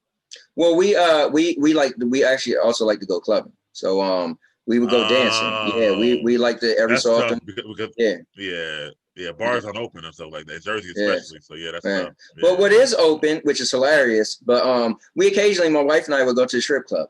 Like we go to the strip club and just sit there and laugh and joke. And so we joked the other night, yesterday. She was like, maybe we should go to the strip club tonight. But we haven't went there since the whole pandemic. But we know some are open. A friend of ours, he like die hards. That's all he do. And he always posted on Facebook. And I'm like, yo, he's at one right now. Like they're really open, So we would go club because strip club was like super unsanitary before. I'm like, like hold up. That's what I was thinking. Like, how do you even like? That's like, I don't. So I feel like that's gonna take place ever is open. That's and I feel like that's gonna take the whole fun out of it too. Like, wait. Well, I mean, we like laugh and joke, but it was more like the people come up to you, they're talking, we like, my wife and I, we're funny. We were like, yo, like, who you think the prettiest girl is? Like, oh, she's bad. Like, nah, who got the better moves? Like, yo, she's upside down, but then when they walk around, they're like laughing and joking with us, and girls always flirting with my wife, and she just played off. It's like a whole thing, but now it'd be like they walking up like, well, everybody's a Mortal Kombat character or something. And it's just like, I don't even want to go, Yeah. So for me, my entertainment is very diverse. So I'm able to find different things to do. I'll go to an aquarium, I'll go to a museum, I'll go to, like I said, a winery. I love comedy shows. Like those are one of my favorite things. So a lot of things are open for me. So I have a lot of stuff. So it all depends on who you are and what you like to do. Now, obviously, I love my movies, but honestly, I've give me a second. I don't think I've ever been with a woman who likes movies like I do and whatnot. Okay. And not even on that level, but even to the point where they'll go like you and Sandy go. Most Right. women I've dated will go like, 3-4 times a year, something they've really, really heard about, a big movie that they really want to see or whatever like that. But never even like once a month, which is like for you and I. Gotcha. But never even that. So that's never been a thing for me with women anyway, because it never happened to me. Like most times, I told you I'll go by myself on a regular basis. Right. You get to enjoy it on your own. Yeah. Yeah. All the time. So that's not really been a thing for me with women. So I don't expect it to happen at all with women. So yeah, I just kind of do different things. Today I am going out to eat, with my family. They're taking me out for my birthday today, full disclosure. My birthday's on Wednesday. And we're actually going to go to Crafty Crab, not Crab du jour, because my grandma she ain't like it either. So between your video and my grandmother, we're like, no, we're not doing Crab du jour. So we're going to Crafty Crab over in PA and stuff like that. But and the next week I'm going back to Baltimore for the weekend. So we just find things to do and whatnot. So, that's cool. Actually, because my kid's planning my trip. My kid's planning the whole birthday weekend for me, but she did give me one part of it. We're going axe throwing. That's another thing you can do. Go axe throwing. There's one in PA that's open right now and whatnot. So bury the hatchet. Yeah, we did that once. Oh, did you like it or? It was fun. It was something to do. Well, I got a video. I recorded it, and a guy cut his hand. It's all in the video. Is it on your channel? Yeah. I got to send it to you. Yeah, send it to me, definitely. Yeah. But it was fun. It's something to do. They make you kind of competitive, make you have fun. It's definitely something to do. And my friend DJ Justin Love, he actually, where he live at, he actually got hired by the Bury the Hatchet by him to be their DJ. So he actually was in the facility playing music as their personal DJ. So she's taking me. This is our first time doing it. I never actually did Axe Throw before. It's my first time doing it. So maybe if I like it, we'll come back. Maybe you, the four of us can go to Bury the Hatchet, something like that. Make it out of it. That'd be cool. Yeah, if you're down. Or the winery. Or the winery too. Want to go back there now? Here's what I will say. Again, you guys do your research. Certain things are different. We tried to go to the gun range, which was normally I used to go to the gun range all the time. Me and Chris, my boy Chris, or whatever like that, and stuff like that. Now the winery, the gun range, I used to go. You go there, you show your ID, you rent the gun you want to use, you rent the bullets, and then you get the paper what you're going to shoot. Now you cannot rent a gun. You have to have your own gun, licensed gun, in order to do it. I think I said this before on the show. In order to do it. So again, that's a difference. So you got to do your research. That's my point about that. Yeah. Well, I'm not a gun. The gun ranges. It's funny. Gun ranges are my thing. Sandy loved it. I actually took her to a gun range a few years ago for Valentine's Day. So it's crazy. Okay. I recorded that too. But I did on the show. You guys did. That was cool. You gave a lot of info that at the gun ranges you have to have your own gun now. So, and I get that, because they said they would be cleaning the guns so much it would like wear down the look of it and stuff. Yeah, that's surprising about you, by the way, because you love like shooting games. You don't like the right. Like that. No, you know what it is before I went to the gun range, I always thought like, oh man, I'll shoot a gun, whatever. And then the reality of it set in. I went to the gun range years ago with a friend of mine's, and my very first shot, you watch a movie, people are running and shooting, right? So my very first shot, I'm like, boom, and the power of it just literally like slapped me in the face. The reality of like, this thing kills people. Like, this is powerful. And like, it was so, I wasn't prepared for that. And I just was like, I don't think this is what I like to do. And he was like, bro, you better finish all them bullets. Cause he bought all the bullets for me and stuff. Yeah. And just shooting all the bullets and stuff. And I just was like, I don't know. It's not my thing. I don't get any enjoyment out of shooting. Nah. So I'm weird though. Crazy because you like shooting video games so much or whatever. Right. Yeah. So I mean, because it's a game. It's unrealistic. I'm shooting a guy like that. That you like, since you like it so much, you would love to have like do it yourself. Right. Yeah. And have like the target practice and whatnot. But it's funny, but not at all. The kickback is so much. People don't realize the kickback when they watch movies. Like when you shoot a gun for real, you realize a lot of the movies are so fake when you watch movies. Because when you shoot a gun for real, you feel each and every shot of pulling that trigger, right? In the movies, they're just like, like you don't, like it's just seamless for them. But you're like, Right, right. Whoa, you know, it's just, you know. Right. And you see guys like Will Smith and Bad Boy jump in on the ground with 2 guns and stuff like that. Like, right. It's like, yo, it's not that easy. I'm sorry to say. No. So, no. So yeah, I don't have enjoyment for that. No. Okay. Well, yeah, those are some places I would go to. Let's move on to the next topic. Yes, sir. Number 5. Number 5. Let's see. Number 5 is on me, and I would say, and it's your question though.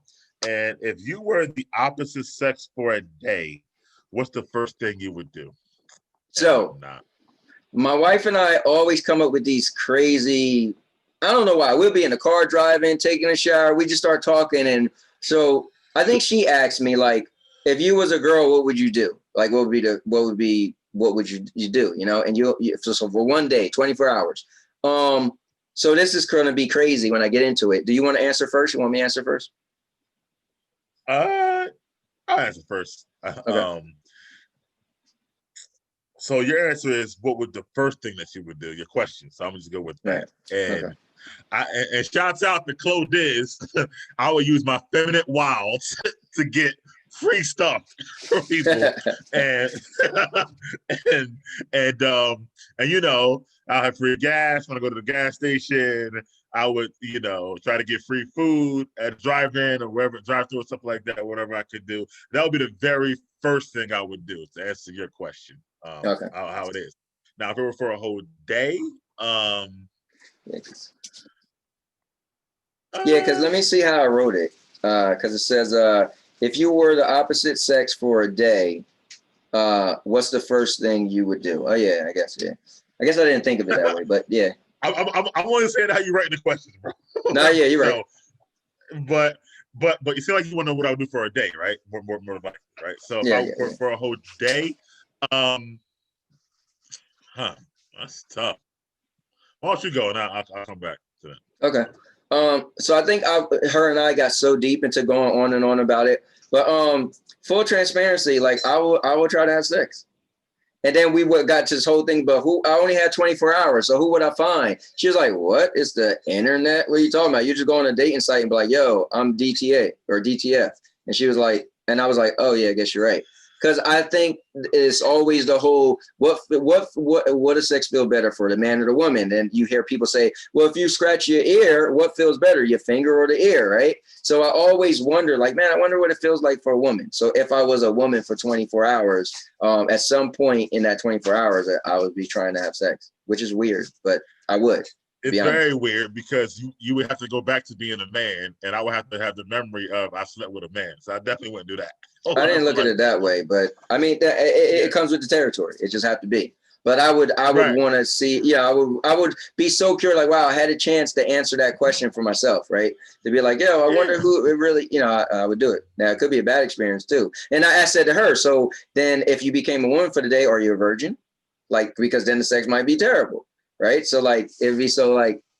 I guess I'm getting too deep into it, but I wouldn't even cross the sex path because I got a photographic memory, and if I got to go back, remember it's like, yeah, I remember this guy was on top of me. Nah, I can't do it. So I would probably, like I said, just use the fact that I'm a woman just to see what it's like to, I guess walk in their shoes, have to go shopping, deal with people. Like I said, use my feminine wiles to get things. And then even the negative stuff, you could see like if people are judging you, think you can't do what they could do, or you go to a mechanic shop and they're trying to beat you over the head, like tell you some nonsense, but because you are a guy and maybe know some stuff, you're like, no, bro, just because I got these high heels on. Yeah, I'll probably like go buy a real heavy appliance that I didn't want to buy in the first place, and then like get guys to help me because I'll be like, I'm a woman, whatever, like that. Where guys might have helped me regularly. I'm like, can you help me, please? And they'll like help me take it in my house, whatever, like that. Like I would just use the fact that I'm a woman to get things done. I guess what I would do. But no sex, can't do that. Gotcha. All right, I'll move on forward with that. All right, the next topic is for you to read, actually. Yeah. Yes, sir. I'm gonna explain it after you read it. Okay. So number 6 is how does hotels and travel actually. Yeah. All right. How does hotels and travel affect you since COVID?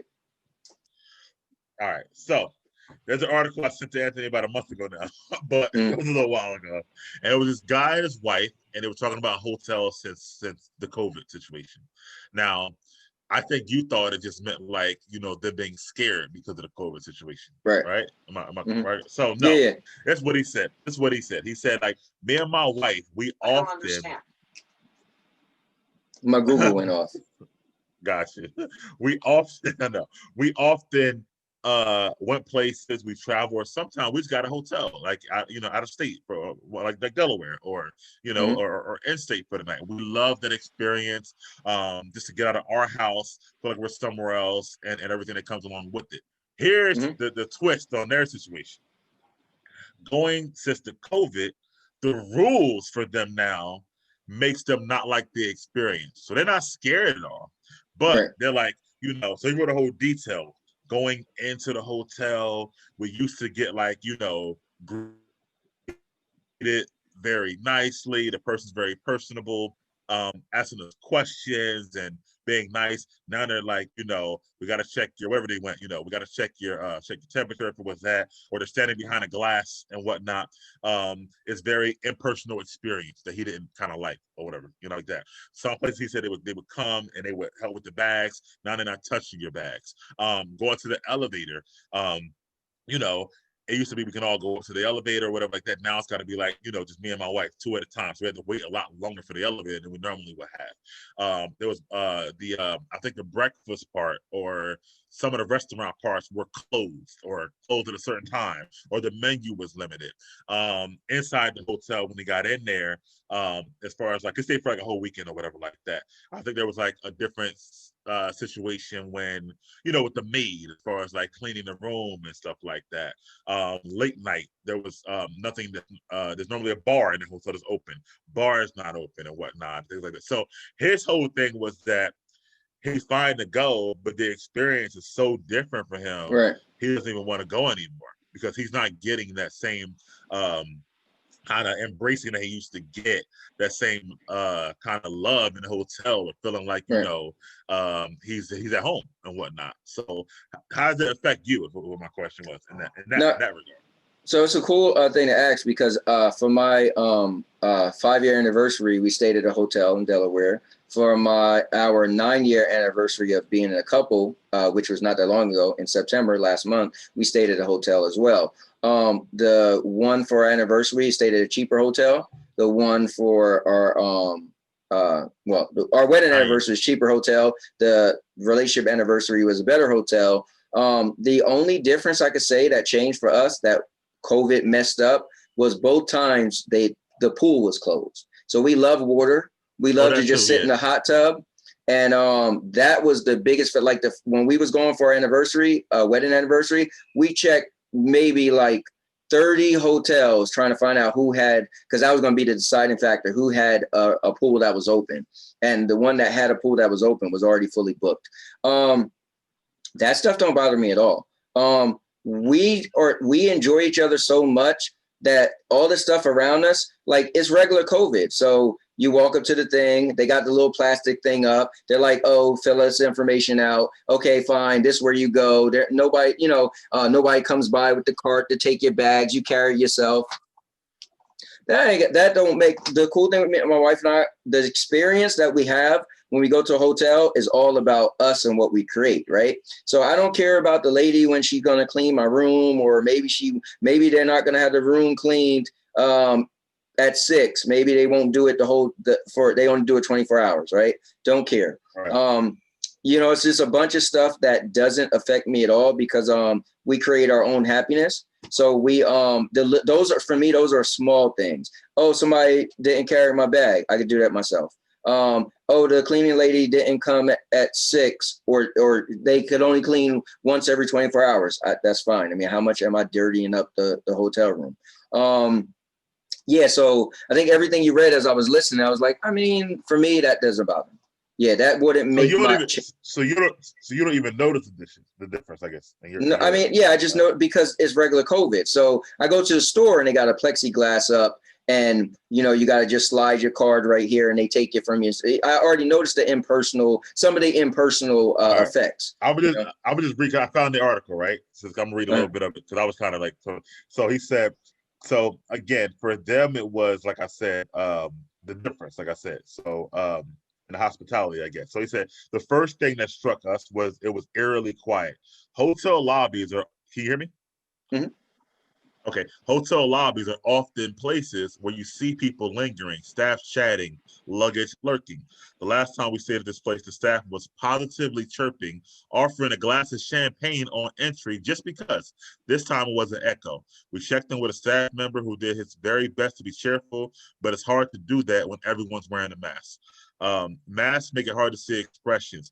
They can even make it hard to hear when someone is saying things. And then there's a piece of glass separating us from the employees. So I'll stop there. So I get his point. I guess it is a start for him, but you're saying that things like that don't bother you. That's so silly. Like, I could see if I was at dinner and my server act a certain way, right? Because I expect my server to want a tip. So I love when people are real personable. And I love giving a good tip because they did a great job. But a hotel experience, walking in the door, there's usually a lot of people sitting around. I ain't go there to make friends. Like, I went there to go to my room. Sometimes I get bothered when I'm standing there and there's too many people. I'm waiting to get checked in. Like, yo, come on, what is this, Walmart? When I'm standing in line for a while, like, I'm just trying to get to my room. I guess it depends what you're going for or whatever, because he's like, the person will be cheerily offering a glass of champagne just because, and they're like, I'll take your ID. That is kind of a huge difference, I guess, if that's what you're used to. But it's not like a big deal. That's silly to me because you paid for a room. And and champagne, or it's like even for us, right? We asked them, we said, hey, you guys, are your breakfast going to be open? They was, oh yeah, we're gonna have breakfast next day. So we was like, oh, you think we should go to breakfast there? It was like, well, let's call and see what they have, because we was like, well, what type of breakfast they gonna have?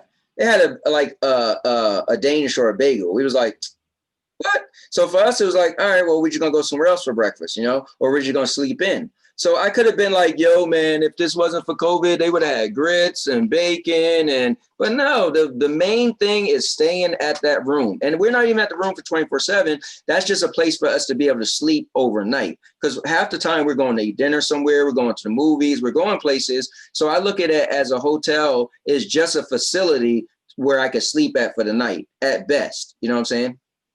All that other. Yeah, so I think it depends on what you look at it as. Some people do look at it as a getaway. You know what I mean? Like I said, some people just go there for the night to get out of the house. Don't even go to do stuff. Yeah, I mean, for me, it definitely is a getaway. It's allowing me to get away. But I don't, all the extra, that's cool. Listen, it's cool. If I go to the grocery store and the lady who ring me up is really nice and she have a little conversation, that's cool. If I go to the grocery store and the person just say, 25.50, here's your change. It's the same, you know what I'm saying? Like, I didn't go there for the person at the cash register. I went there for the item that I left with, So I went there for the room so we could sleep. Now, here's where to change it. What I didn't say, and I don't want to bash any place, but on our 5-year anniversary, and I recorded it and I was going to add it to the video, but I'm just a nice guy, so I'm going to leave it out. But I'll tell you, I don't think I ever told you.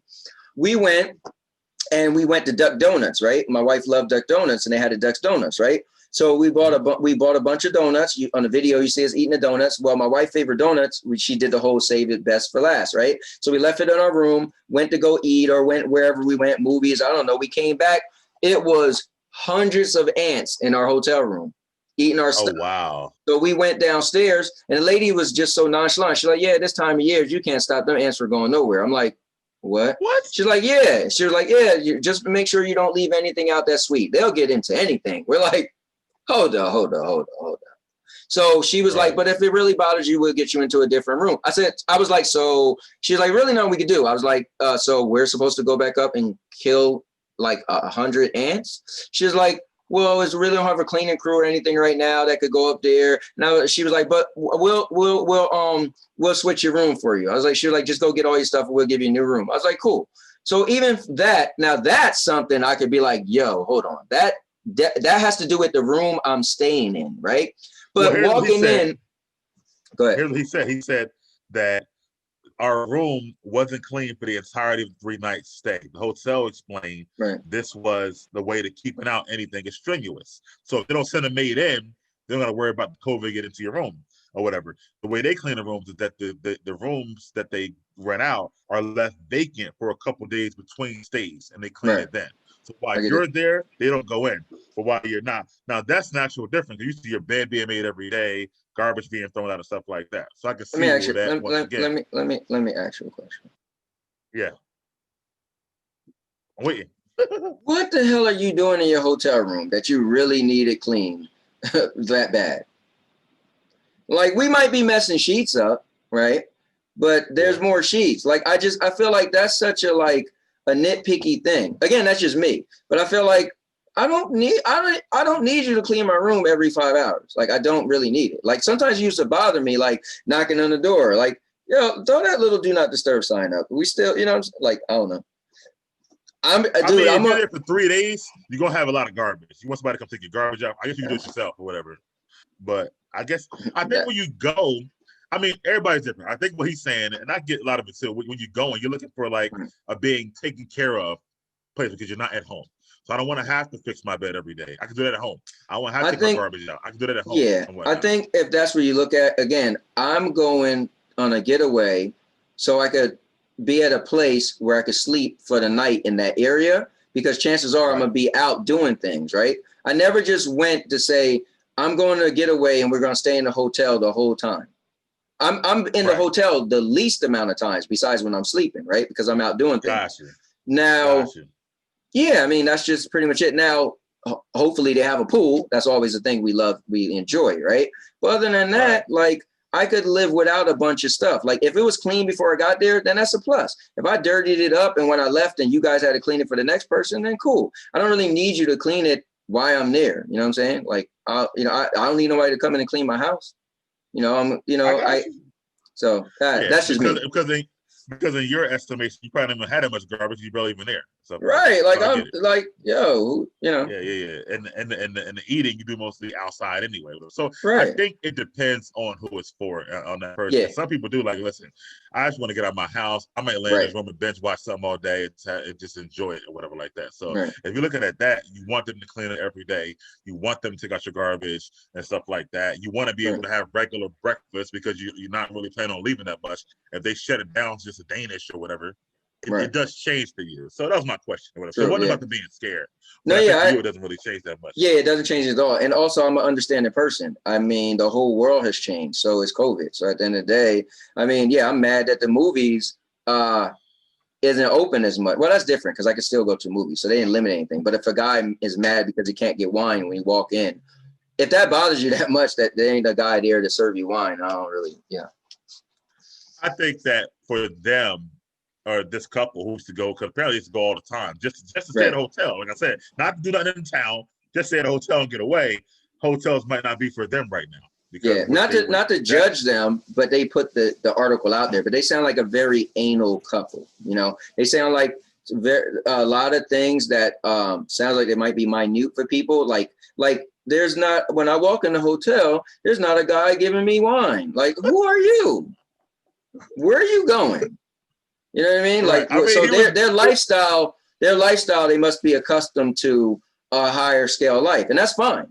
So for me, maybe I'm not, and I don't drink anyway, right? So for maybe me, the non-drinker. I think if it happened for them on a regular basis, like anything else in life, if there's now a change, it affects you because it's not what you're used to and whatnot. Right. So here's the way: the things that you look forward to, if that's taken away, like the movie theaters, kind of bother me because I look forward to going to the movie theater. Yeah. So, Right. Well, somebody else might be like, yo, like all the people who weren't going when they were open were like, yo, just the movies, like just watching at home. Right. Oh, yeah, calm down. You can watch it at home. Right. Yeah, we're like, no, man. Right, that's what I'm saying. So for him, the cheerful presentation, the champagne, the room was being clean, that all was a big deal for him. And I think, like I said, you're going just to have a place to sleep at. They're going for the hotel. So that experience is a little different and whatnot. So I'm more of a mixed person myself. I want to experience things as well, but I also do like the hotel as well. Like I have spent you know, 6-7 hours straight in a hotel room when I went somewhere. You know what I mean? Right. So I kind of get a little bit of both. Like if you go somewhere a lot of times for 5 or 6 days, sometimes you know what, I just want to chill. You know what I'm saying? Oh yeah, you hear all these different yeah. things, Like when we do our family trips, we do 8 days. You know, like a Friday to Friday, Saturday to Saturday, Sunday to Sunday. So yeah, so we always had that one downtime. Like, listen, we don't been to the pool every day. We don't went out to eat. We went there. Today we just chilling. So yeah, I get it. But that's still stuff when it's just my personality too. I feel like I create. For you. Yeah, you know. Yeah. For you, it's minute. Some people will be bigger. But I guess my overarching point was that I never thought of that aspects of it. I thought it was more just like a fear factor. Now he's fine to go, but he's not having the time he used to have. Right. So like, yeah, that is interesting. That is interesting though. That is deep. Like, wow, it bothers him because certain little stuff it takes away from the full experience. So I get it. Yeah, he's probably the same guy who's like, I'm not going to the restaurant because I got to wear my mask to walk in now. Blah, blah, blah, he's probably like, I might as well just stay home if they ain't gonna do all the extra stuff. Right. Yeah. You know, for him, whatever. So that's what I thought it was interesting and whatnot. Because I know you guys go a lot too. So I'm like, well, how does it affect you in any way? All right, moving on forward then. Number 7. And that's on me. And you made this topic up, but do you think age matters in a relationship, and what are your limits?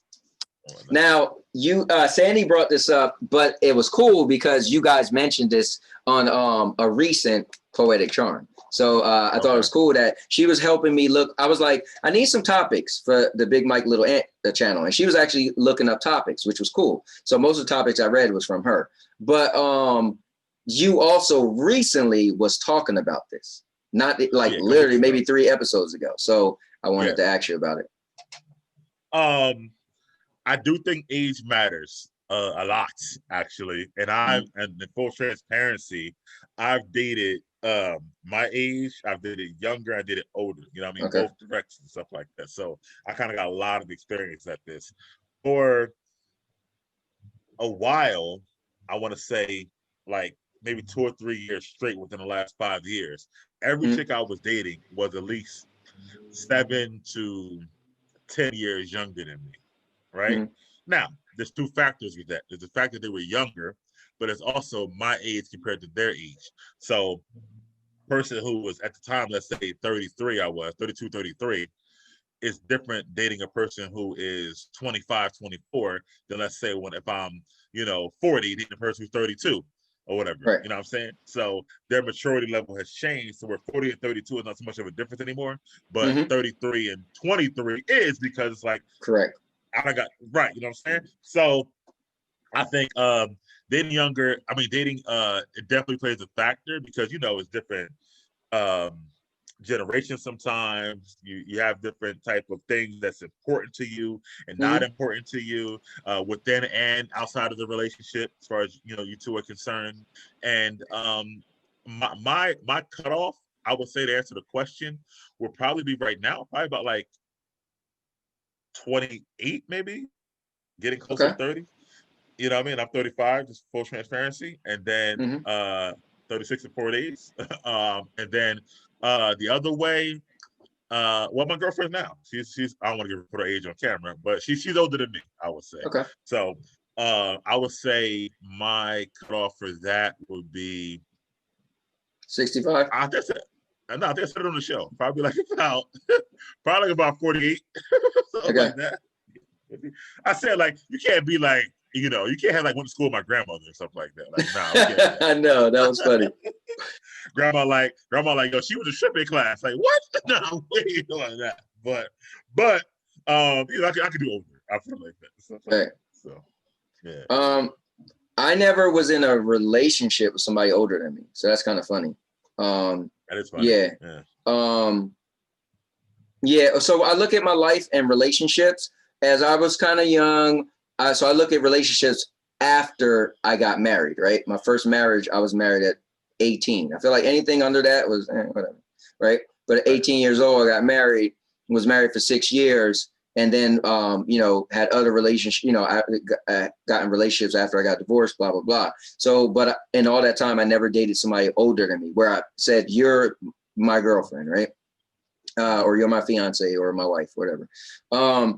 I think, and I'm going to ask you a bonus question, but I think I'm 44 years old, right? Full transparency. I can't picture dating somebody in their 20s, right? You have to be in your 30s. So you got to be 30 years old. I might do 29 if your birthday's getting close, or if you're mature for your age. But I would rather date somebody in their 30s. So I'm 44, my wife is 37, so I'm actually 7 years older than her, right? And just that alone, there's times where it's music I'm jamming to. She's like, yo, my mom listened to that music. My mom like that. I'm like, I mean, so there's a lot of times. That's hilarious. She does it to me all the time. Like there's stuff that I say or whatever, and she's like, what? And she point out that my mom liked this, and my mom did this or did that. And so it's kind of funny, right? So, and I'm always like, look, that's the difference with the 7 years, man. Like stuff that happen and we make certain decisions differently, like you alluded to. And it's like, yeah, I mean, we're, in a different generation, so we think differently, we was raised differently. So on the other scale, I'm 44. Well, I'll give you a prime example, right? A prime example, you guys watching Cobra Kai, it probably means more to you than it does to her. Yes. And whatnot. Yes. You know what I'm saying? It's a good show for her, but for you, it's much more nostalgic. Yeah, it's like, oh man, so emotional. I'm like, I think it's like the greatest thing in my life, and she's like, I mean, it's really good. I'm like, no, you don't understand. It's amazing. She's like, I said it was really good. No, I even felt like that with you. He was like, bro, it was good for me. I was like, no, bro, you don't understand. He was like, I mean, it was a big deal when I was little too. I'm like, no, man, you don't get it. So yeah, but I guess I would date somebody. Maybe I'll date a 55-year-old. 55-year-old lady. I guess I'll go 55. I'm 44. Okay. She'll be, I say 55, All right. Now here's my question, bonus. What's your preference? Woo! It's funny. So what's crazy is that I've had this conversation with my girlfriend, Micaiah, and I brought up our show on Poetic Charm, UI and Josh in the warehouse where we talked about this. Remember this? We had this conveation, stuff like that. Right. We were talking about taking it back. Yeah, I remember everything. I got like a photographic memory, so I can say where we're at. So I can say where you were sitting at, the whole thing. But anyway, we talked about the preference because I think sexual preference at that time, because I remember saying that the older women are set in their ways and they're less right. Yeah, remember now, okay? Want to do things and stuff like that, and the younger women are more like adventurous and ready to go. So I prefer younger women. Since then, meeting my current woman, who is a lot older than me, I have now changed my stance on this. And I'm pretty sure I probably was the guy saying the older, but You were. You go back. You don't remember the show, so but. Well, you had to. I mean, we did. There's a lot of shows, but okay. Yeah. Okay. So, anyway, I've changed my stance on this, and it's more about the individual. And if I add that into the fact that the older women are more mature, they don't tend to be, and I think social media plays a big part of what I'm about to say, but because they don't tend to be follow the rules of social media, let's say, and stuff like that, and things that should happen, I'll probably go with older women because they have an older soul. Like I said, they're more goal oriented. They're not really worried about, I can't go to the grocery store right now, I don't have makeup on. Like there's little things like that on them. Right. I mean, it's like I feel like the older women are better. And again, I dated when I was my biggest one was, I think, 11 years. I think I was 34 and she was 23 and whatnot. Okay. And she had a kid, her own place, the car, things of that nature, but it's still with that youth that's shown through. And then I had like 26, 27. It was all these in their 20s when I was like 30 and 34 or whatever like that.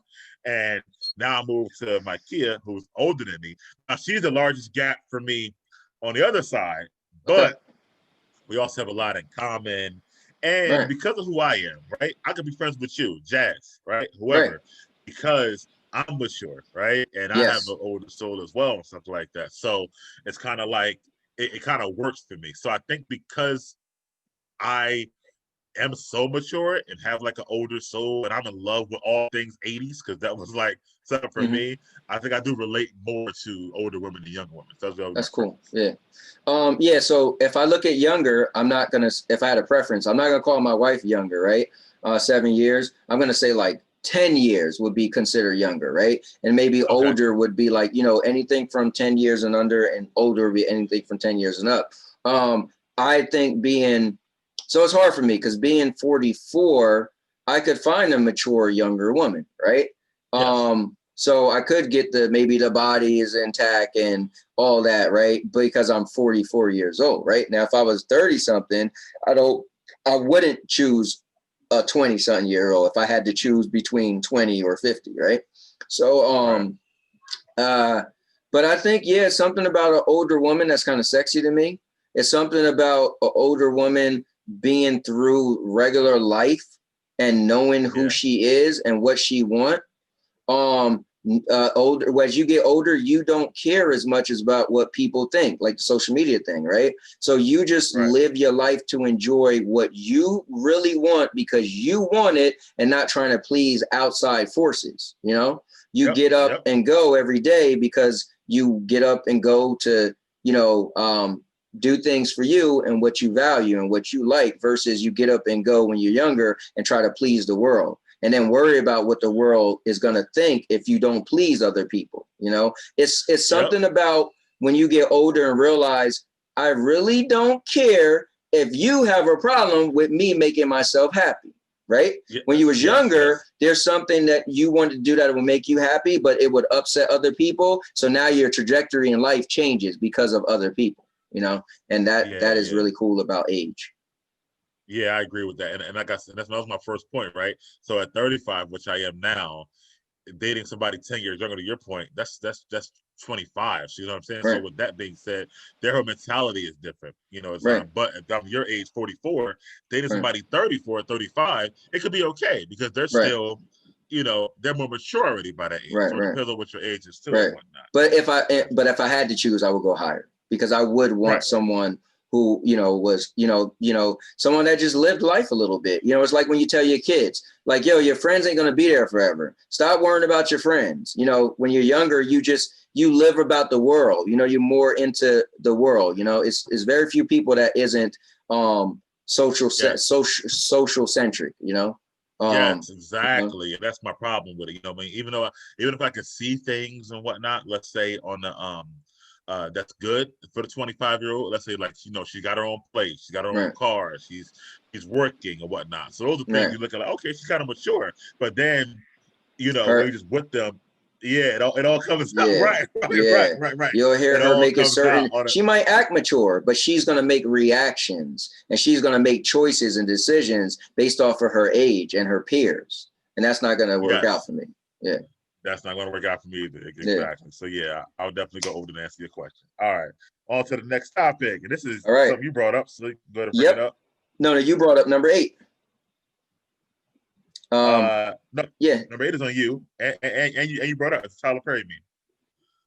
The meme. Yes, the meme. Yeah. Oh yeah, you're right. Yeah. So the meme, you know, it's funny because I'm not looking at the picture because you wrote it out, which is cool. So the meme is Tyler Perry meme. So before you marry a person, you need to see them in all seasons: happy, mad, sad, broke, and hurt. So, so this was cool. You guys kind of alluded to this on a poetic charm. And as you were speaking, I agreed with you. So there were this guy, KG, is a cool guy on Poetic Charm. And he was saying, and actually everybody besides you, I think everybody was more or less saying that, you have to, before you marry somebody, you have to see them experience a death, which is, you know, one of the you know, like, okay, you have to see them be sad. You have to see them be happy, experience them being broke, experience them getting a lot of money. And they was like, if you don't see all of that, you can't truly say you know that person, and therefore you probably shouldn't marry them. So as I watched the show, well, you could say what you were saying, because I agree with you. Well, Well, I was saying that the premise of the meme and the topic on the show, I get. You want to see them more than just in one light, and I Correct. understand that. Like, you know, and that's hard too. But you know, you want to say like, okay, we've been together for a year, and every time I seen her, she always been in a great mood and stuff like that. So it's Right. hard to even know what to happen. So it'd be nice if you could. However, it might not be possible. So Correct. how long are you gonna put off marrying this person that you're falling for in other ways? Because you haven't seen these different seasons and whatnot. I think you're assuming you might see that. So for me, especially the whole have experiencing a death that was somebody Right. close to them, like that may never happen Right. in your guys' lifetime. You know what I'm saying? So I feel like that I'm not gonna wait until that happens for me to say, okay, I can marry you. That doesn't Right. make logical sense to me. You know what I'm saying? And even the other some of the other things too, or whatever like that. What if you never broke? Like you just got a Right. good job, so you Right. What if you meet her and she own her own business? Her business is flourishing. So to be honest with you, financial issues isn't an issue for her. You know? Right. Right. So what I'm gonna say, like, you know what? Why don't you take off a couple months? I want to see you broke. See how you already. Yeah, like, I want to see a company going under and see how you deal with it. Right. Yeah. Like, nah, it doesn't make sense. So I may not experience that. Now, happy and sad gonna come with the territory because that's the emotions that we have every day, all of us stuff like that. But I can't say like that, you know, hurt. If I'm not hurting her, nothing else might not hurt her in that time. Right. So I can't, you know, our friends might be good friends. She might have a wonderful family. Right. Like her job is flourishing. There's nothing I can't see if it doesn't happen. But I Listen, also can't put off my time before, you know, marrying her because of it. And maybe we could go with our last topic. She could have been older than me and she's been through a lot and she's just strong. Like she just like, right. You know, she could be, you know, a few years older than me. She's like, listen, I've been through a lot. I've been through some really hard times. And where I am now in my life, nothing really shocks me. Nothing, you know, I take things for what it is. She got a great outlook on life. Yeah. Like everything in this picture we probably all experienced once in our lives. But to your point, it could have happened already before it got to me. Or sometimes things like being hurt. You may be hurt, like truly hurt, once every 5 to 6 years. But I might not meet you in that window. In that window. Hurt. Right. You know what I'm saying? So I'm gonna wait till it finally happens to you, to one of your friends kind of turns their back on you, maybe, like, and see how you react to that. No, like that's, to me, that's ridiculous. But I do get the premise. You want to see more than just what's on the surface, because you know they got this whole thing where you know everybody thinks. I want to get your take on that. So that's gonna be a topic. So it's gonna be a bonus part right here. But that where people only send their representatives in the first 90 days and then you get their true self. Ariella has said that like 5 times on the show and whatnot. But and I get that. So you want to, so people want to wait, but again, some of the things may never take place and whatnot. So now for you, how do you feel about that? What she said, and is that what you do? Same representative you were dating? So I visually remember your words on the show because you and me had a little side conversation going back and forth about something. But you said I'm me all the time. So I don't do the representative things. I think I'm kind of similar to you. Anthony's Anthony. You know, I'm at work, I'm at home. This is just kind of me. So it's hard for me to not be me. However, I do know there's times where, listen, because I grew up, I was a little more ghetto, right? And so I knew there was times where I first met a girl, maybe I wasn't cursing and acting like my regular self a little bit more because I didn't want to be like, I didn't want to scare her away a little bit, but I felt like she still would like me, but I still wanted her to kind of like not be like, oh, you know, so I wanted to put my best foot forward. Was it a representative? I don't know if I'll say that, but if you want to use that term, you can, but I put my best foot forward. You know, you always say first impressions is long lasting. So for me, if I met a girl, I was trying to be on my best behavior. Now, if you want to take that as representative, because I feel like the term representative is different. That's when people are totally like, me too. They're not acting who they are. So when you say I'm always me, but maybe you put on your dress shirt because you went on, you know, it was your first date. That's not outside the normal. That's fine, right? That's not a representative. You're just, you know, we want to give a good first impression. You're going to a classy place. Yeah. Do I wear a blazer all the time? Probably not. But that for that first date, yeah, that's not the same. Now, what's the same is the guy who's like, or the girl who's like, she loves steak, but she go on a date and she's eating salad. she make you think, you know, oh yeah, I watch my weight, my figure, you know, she's literally being someone she's not because she don't want you, she feel that who she is might turn you off a little bit. That's bringing a representative because that's more of an extreme. So. Right, and the way Ariella and them said it was that they bring it for the first like 90 days and then they kind of change it. I'm like, well, I could never be this fake person for that long, and then once I have you, I'm going to change and stuff like that. I do get that part. So that which, and I've heard that a bunch of times. So what I think, I don't know if I could explain a little. I don't want to say better. I want to downgrade her explanation, but I'm used to meeting girls and their act a certain way, right? And again, we don't live together. I don't see her all the time, right? And she may tolerate, like for instance, I'd say, for instance, I'm kind of a flirt, right? Especially we go to clubs, I'm gonna be dancing with girls, whatever, right? A girl may tolerate, you know, we've been dating for the first 90 days, right? 3 months, she's kind of whatever. Then all of a sudden 3 months go by and it's like it really bothers her. And I'm like, you ain't act like that before. Well, I just didn't want you to feel like I was the jealous type. But apparently you are. So that's, I think, to give an example, I think that's more of the whole people showing their representative. There's some stuff that people, and I feel like 90 days is a good staple on it, because if you don't see the person all the time, you don't live together, maybe you see them every other weekend, maybe not every weekend, maybe see them every other weekend, like me.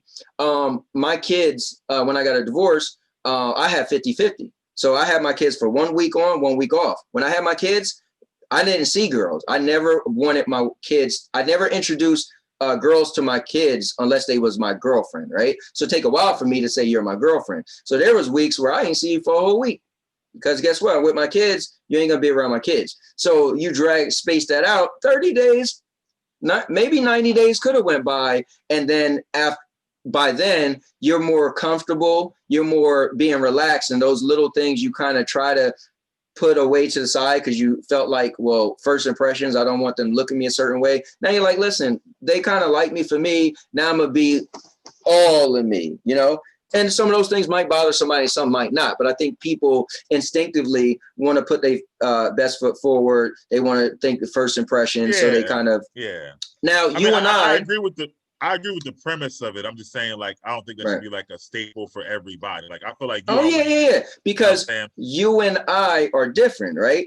We're outspoken. Like, if you and me go out, we talking.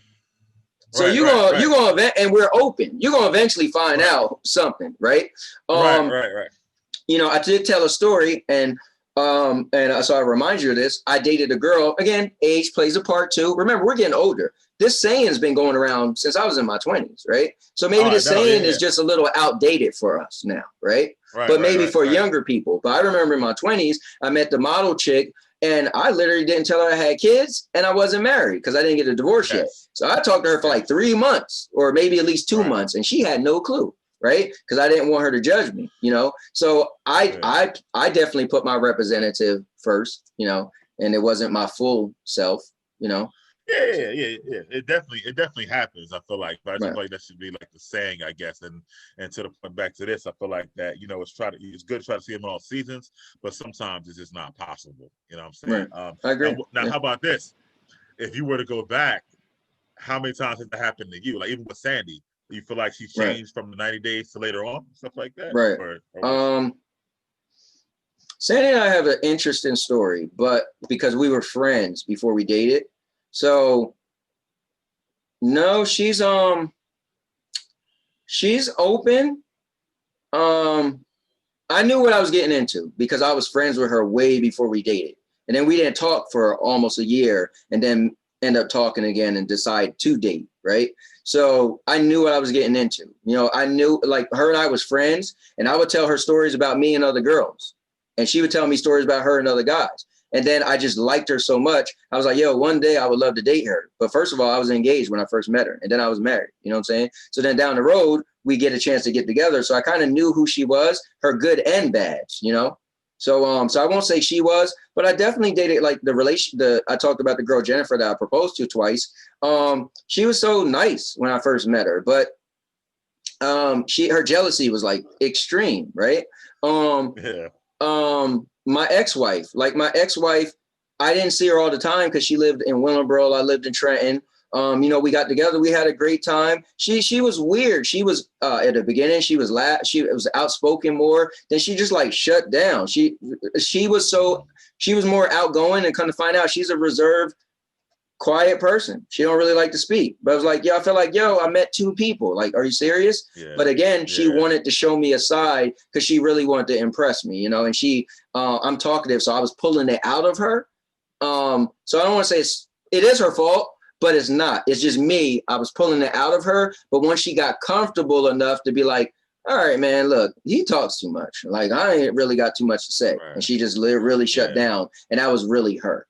Yeah. Okay, gotcha. Yeah, for me, it definitely happened to me. It's just not me. Like, you can call a girl right now I did 15 years ago, and she'll tell you the same thing that my girlfriend's telling you now.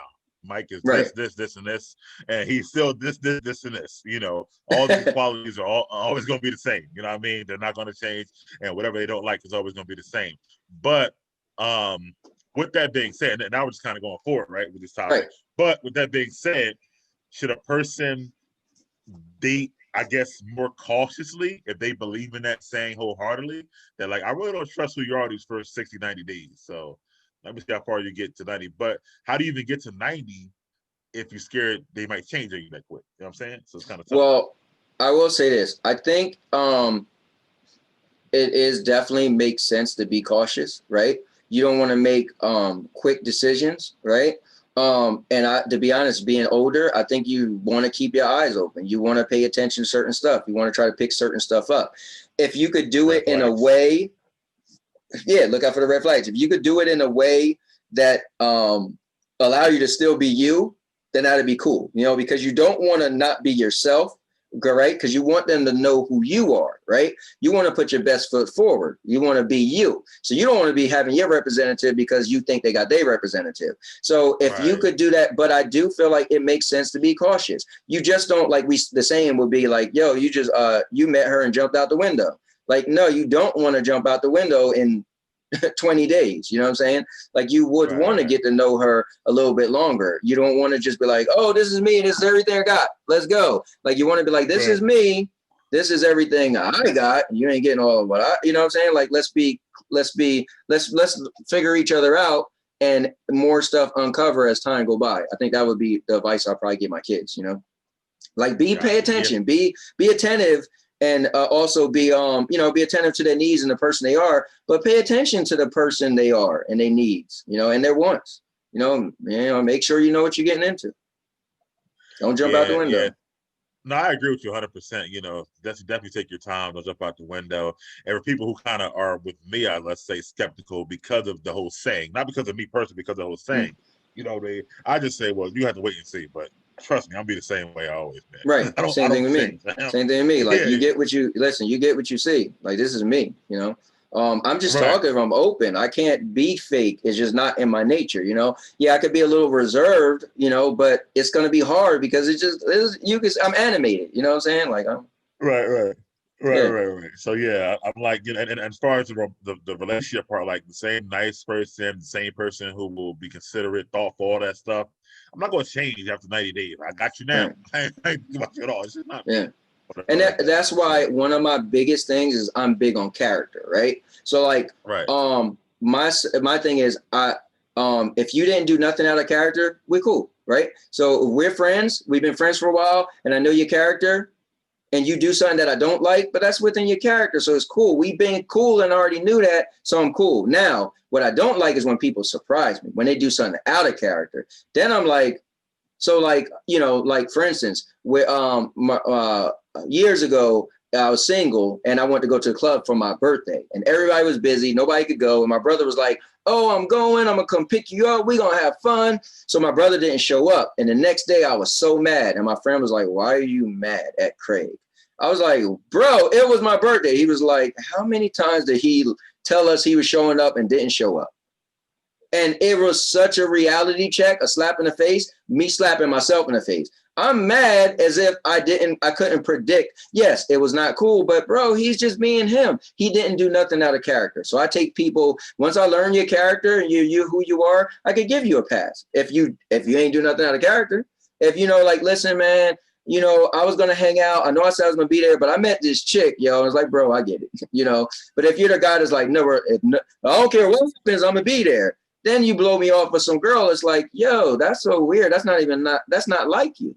So I try to be me, so the girl know that's me, you know. And I want to learn their character as well. But I feel like it does take some time to learn somebody's character, you know. Gotcha. To be fair. All right. Well, so I mean, but bringing it all the way back, you got to always bring it back to the meme. Correct. So you agree with the meme to an extent, but you think it's hard to see people in all those seasons or whatever, I guess. Oh yeah, 100%. Yeah. I think it would be nice, right? It would be nice to be able to say like, wow, I was with you when you went through your highs and lows, your broke times, your financial times. It would be nice, but that typically you can't get all of that, you know? And I don't want all of that either. I'm not going to be the guy to say, I want to see all that. I want to be with you when you experience the death of somebody. I hope I avoid that terrible, tragic situation. I also don't want to be with you when you broke either. Like, hello. I mean, you ain't gonna pay for nothing. So I'm paying for everything. Like, you know, so the people who come up with this stuff, I get it, because you want to see, well, what would happen if they lost all their money? Would they be the same person? Would that all I get it, because again, that's character. I want to know the character.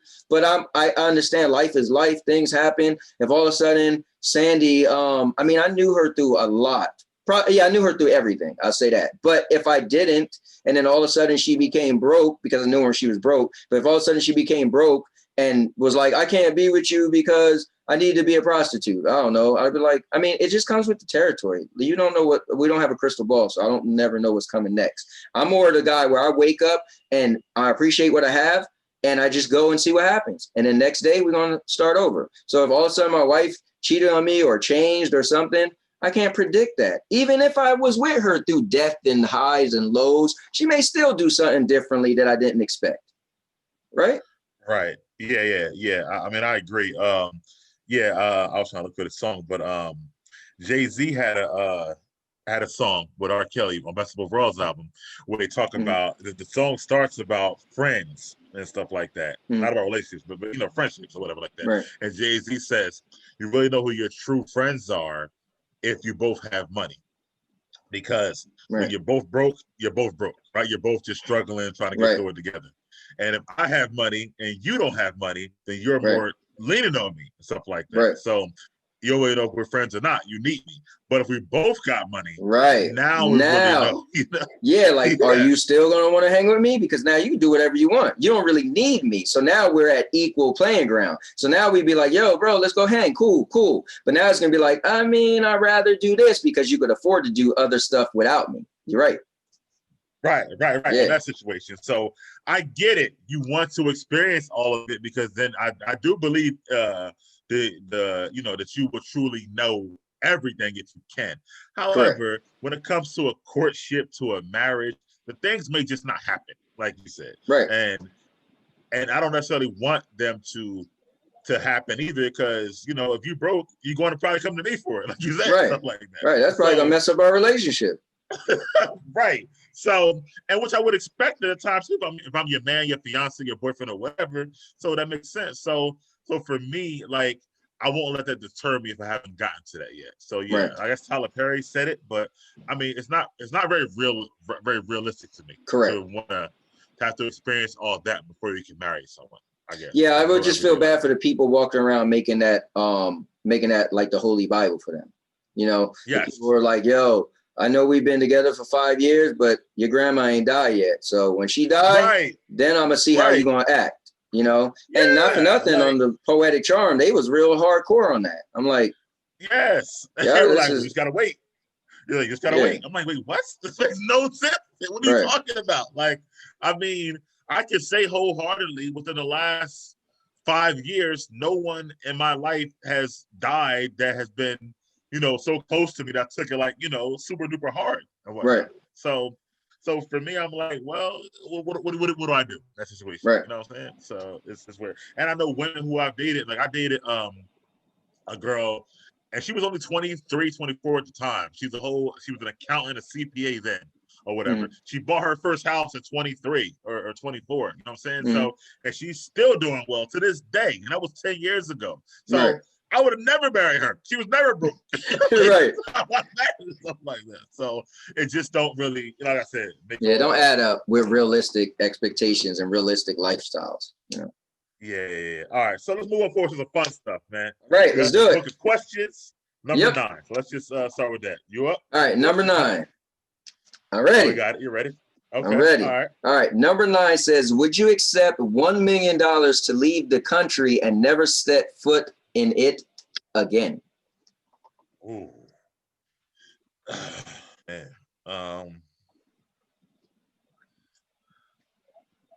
No, hell no. I can do it. No. I got 1 million is not enough. How do I know how much that million gonna struggle? I mean, gonna stretch another country out. Right. There's so many things logistically I don't know about the other countries to even try to, spend that 1 million, or their tax laws, or who might be after my money and stuff like that. And then I'm gonna not have my family, my friends, my loved ones, my kids. Right.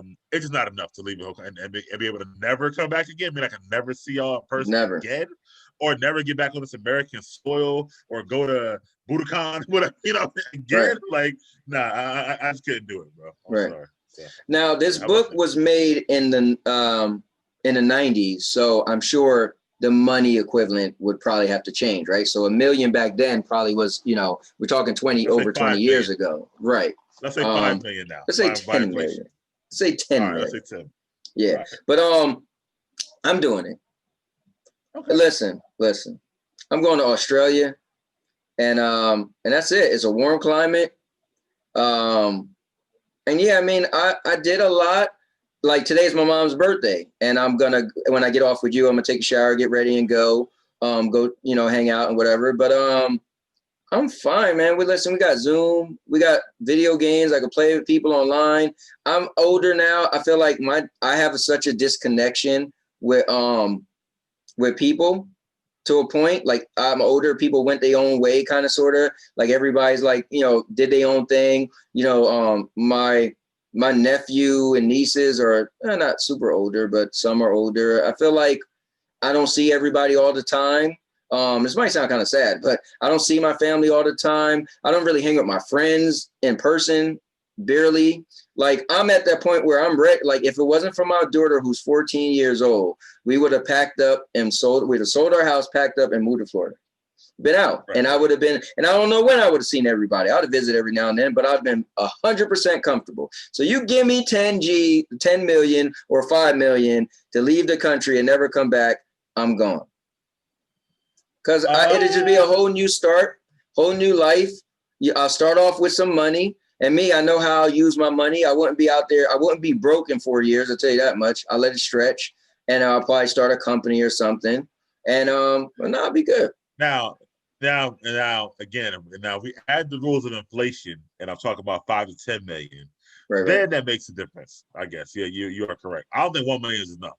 I still do it for 1 million because I don't have as much holding me. I think it all depends on where you are in your life and who's important to you, right? So I could easily say, I just want to see my family again. I'll see them on Zoom. Whereas you might be like, bro, I'm not going to see my mom and my dad. Are you kidding me? Listen, my dad passed away years ago. To me, it's more about the money, bro. Like, 1 million is not enough. Like, there's no way. Like, again. Here's what's cool. Here's what's cool. You ready for this? Yeah. I don't have 1 million now. So guess what? I'm $1 million richer. So I can stay here and be in my regular life, or I could be there with $1 million that I don't have. Just saying. Yeah, but when it runs out, then what you gonna do? I mean, who said I can't? Listen, I'm here now without $1 million, and I'm okay, right? So I'm gonna be there with more. Well, I'm not gonna get a job. Because you know about the country here, you're able to go get a job easily and stuff like that. Dude, what country do you think you're gonna be able to go at, and they're gonna be like, you can't get it? Now, if it says would you take $1 million and go in some poverty-stricken country, then you'd be like, man, this million is what I have for the rest of my life. But it just said, would you take $1 million and never come back to American soil? Then I'm going to Australia. All right, I hear you. Yeah. I'm thinking about like you gotta go to like North Korea or something like that. Or like Yeah, then Vietnam. no, then I'm good. Nah, you can keep that million. I'm fine. Because you know what the thing is? I'm comfortable in life. Here's the cool thing about me, and even me and my wife, right?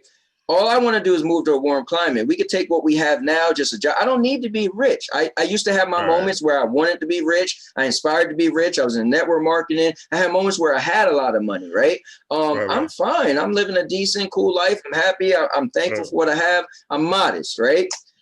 So I'm not doing it for the money, right? And especially being some poor country, what's $1 million? I agree with you. But yo, if you can have $1 million but never come back to the United States, I don't care. Be out of the United States. Just go to a country that's yeah. If I can pick the country, it's nice and warm, or money will stretch. I guess I didn't think of it like that at first. I'm thinking of like trying to make it harder, whatever like that. Yeah, hell no. Point, yeah. No, and I get to your point. It's like, yo, $1 million ain't that much. I get it, but that's more than what I have now. So it's just really, would you choose what I look at it as, it's not so much the money, right? Because $1 million is more than you have now, right? It's that, would you be able to leave everything you have? I think that's what it's trying to say. It's like, how tied are you to your family and friends and what you have in the United States? My thing is, see, my mind whenever I'm thinking it's gonna be like, people gonna find out I got money at my door with machetes and stuff like that. Some like Vietnamese, like you was on some other stuff, you know what I mean? Like, give me your money right now. Whatever. Yeah. Like, no, I can't. We got an American that live here. He got $1 million. Get them. I got you. Right. No. But yeah, Australia might be something different. So yeah, you know what I didn't think? The other factor I didn't think, if I had the $1 million or 5 million or 10 million, I can fly those loved ones to me, and I can still see them and stuff like that because I got enough money to where they can come to me all the time and stuff like that. So that's the part that I didn't factor in. So with that being said, if I factored it for inflation, I gotta have at least 5 million, then I would do it. $1 million still no, I wouldn't do Got you. Okay, it's cool. So, next. Oh yeah. I picked one. Your turn. Number. 116. All right. 116 says, how many different sexual partners have you had in your life? Would you prefer to have had more or fewer? It's funny. I had this question when I went to a game night, and they held me to it. You gotta let me know, and I didn't tell them. And on Poetic or one of the shows, they try to get you the answer as well. And you was like, "Yo, I'm not telling you that." Well, nobody answered on the show, but they were just like, they think people should answer, but nobody actually told their number. You noticed that, right? Like they all say they never actually told their number. Well, you know what? There's a question that I never asked you, but I was going to ask you. What's more? I think I know the answer. What's harder to tell, your weight or your many sexual partners? And I think it stems from how women say they never want to tell their weight, right? But I feel like the sexual partners thing is still a bigger deal because people are going to judge you depending up or down, So I don't expect us to say our number, but the extra part was, would you prefer to have had more or fewer? Yeah, definitely not saying a number, but that's an interesting question too. If I had to choose, I would say fewer, honestly. Because if I say fewer, that means I've had more sustainable relationships and whatnot, and more long-lasting relationships. So I would probably say fewer if I were to choose. Okay. So, how about yourself? I'm gonna say more. So there was situations where, as I got older, there were situations when I was younger that I avoided, for a lot of different reasons, like a threesome or whatever. I'm like, I didn't want to get involved, didn't want to do it. I was a little scaredy cat. I remember one time one of my exes was trying to get her friend to join in. Her friend was down, and I was like a little punk, and I was like, nah. There's times where there was, and I feel like what I learned was, as I got older, is the sexual experience is just what had happened and it had been over, and it's just a memory to have, and all we have is memories. So I don't think it would have killed me to add any more to my number. There's certain times, because I'm like specifically thinking of times where I turn things down, and I look back and I'm like, I should have just did it. So I think I'm looking at it that way, like the threesome. I should have just did it. Gotcha. Okay, that makes sense. Have you ever told your number to anybody and whatnot? Yeah, definitely did. Yeah. But as I got older, like I think you guys talked on the show, is like as you get older, you don't have that talk as much anymore. Like when you was younger, like, bro, she came through. You know, I'm like, yo, my number is whatever. But I definitely have a mental note. I definitely know 100% know my number. And I was one of the guys where, like, you know, I was like, you know, I messed with a lot of girls when I was younger. So it was just a thing. Like, you know, I was born in 76. I grew up in the 80s. Like I grew up in Trenton. It was real sexual. So we would have our numbers and trash talk and this and that. And, you know, it was a thing. So as I got older, I always kept my number in my head and I never forgot it. You know. But you never cared about the person's number. You're not like KG, I guess. You're not like KG. Like, you don't care about he's on some other stuff. Like, I need to know how many people she slept with. Like, bro, I don't care what she was doing before me. If she's all right now, and again, this is what somebody need to say to KG. If you can't tell physically that she's had a lot, then does it really matter, right? Now, if you're like, bro, these ain't no walls, and you want to be with her anyway. So what does the number really matter if you can't tell? If you didn't get you didn't get a thing that says she got a disease. Like if you physically can't tell that she was with a billion people, does it really matter? You know, it's kind of it's true. You know, it's like a girl saying, it's like a girl never telling you she was raped, right? Like, and then you're with her for 5 years and found out she was raped, like. I mean, mentally, it's like, damn, you was raped, but it's he was like, I want to know if it's a certain number, like, you know, what she been through in her life, what made her go like, that's way too many questions. I'm like, wait, right? What? It's like, I don't, if you're who you are with me, and I came to like it, then I mean, I think I'm good. I think it doesn't, you know. Here's a question, right? To add to this now, because what you just said. Now, what if you can tell physically? Right. And because of that, obviously, you don't want to be with her. Do you tell her, listen, your walls are gone. I just can't do this. Or like, well, no. So here's what's cool. I think I brought this up with you and me last week. I think it was a question like, if you were dating multiple people and talking to, let's not say dating. You're not in a committed relationship, and you decide. Yeah, we talked about this last week. And you decide that you no longer want to be with them because you met somebody else. Do you tell the other person? I'm more of like, I'm not going to kick you while you're down. I already don't want to be with you. Why don't you be like, yo, you got no walls? Like, I don't need to say that. I don't need to tell you that. I'll just come up with some nonsense on why. I remember, let me tell a quick story.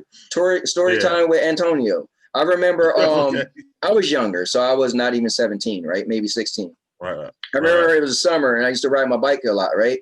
And I met this one, I was talking to this one girl, but I met this other girl riding my bike. We was like, yo, this chick is bad. I was talking to her. So I decided I wanted to date her, right? So I tell my old girlfriend, she wasn't my girlfriend. No, maybe she was my girlfriend. So I broke up with her. I lied and said, listen, I just fixed my bike. I'm riding with my friends a lot. I'm just not going to be around as much because I like riding my bike. So I think we shouldn't be together.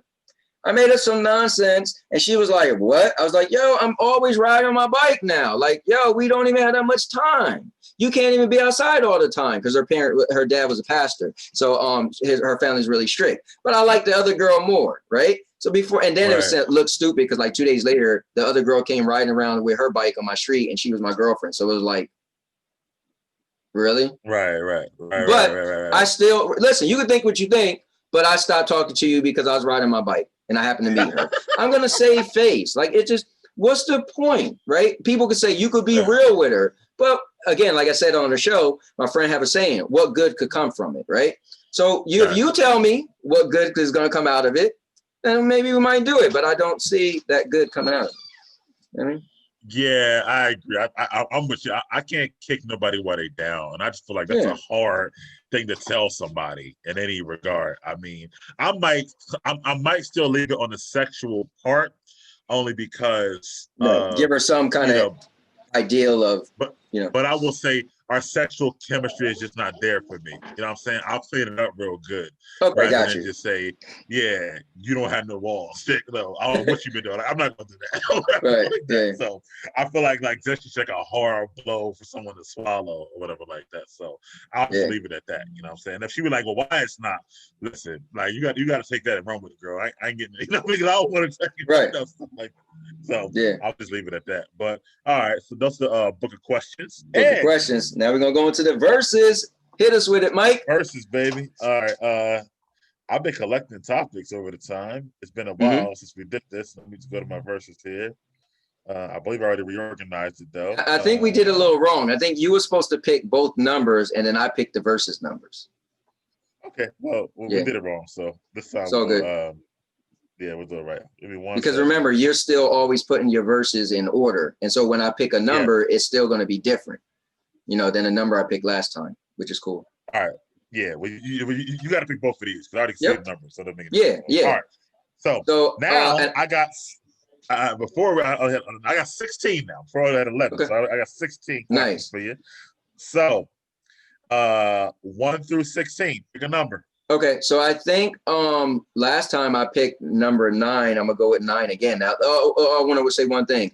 Also, guys, the book of questions is 1 through 217. So I forgot to say that. Right. So Mike, if you're watching this for the first time, at the end we do some fun stuff. So Mike will pick from 1 through 217, and I pick a random question from the book of questions, and Mike allows me to pick 1 through how many he comes up with of verses. And when I pick that number, we'll go into it. So I'm picking number 9. Cool. 9 again. All right. So would you rather have 1 more year of COVID or 4 more years of Trump? That's good. Yeah, that's deep. Man, listen, the COVID thing is just crazy. Listen, you give me 4 more years of Trump.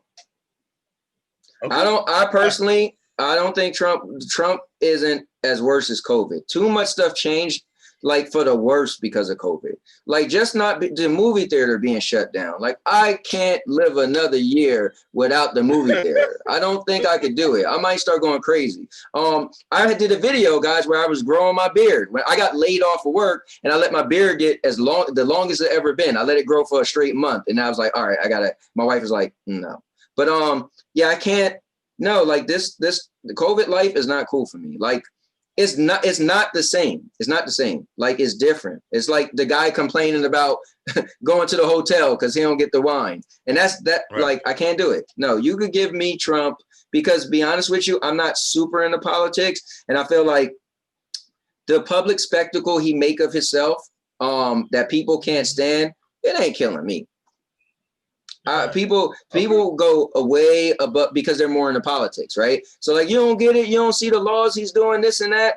I always used to have the saying, like, I feel like from being an adult, the only main thing I noticed that any president did that physically affected me was when Obama made mandatory health care, right?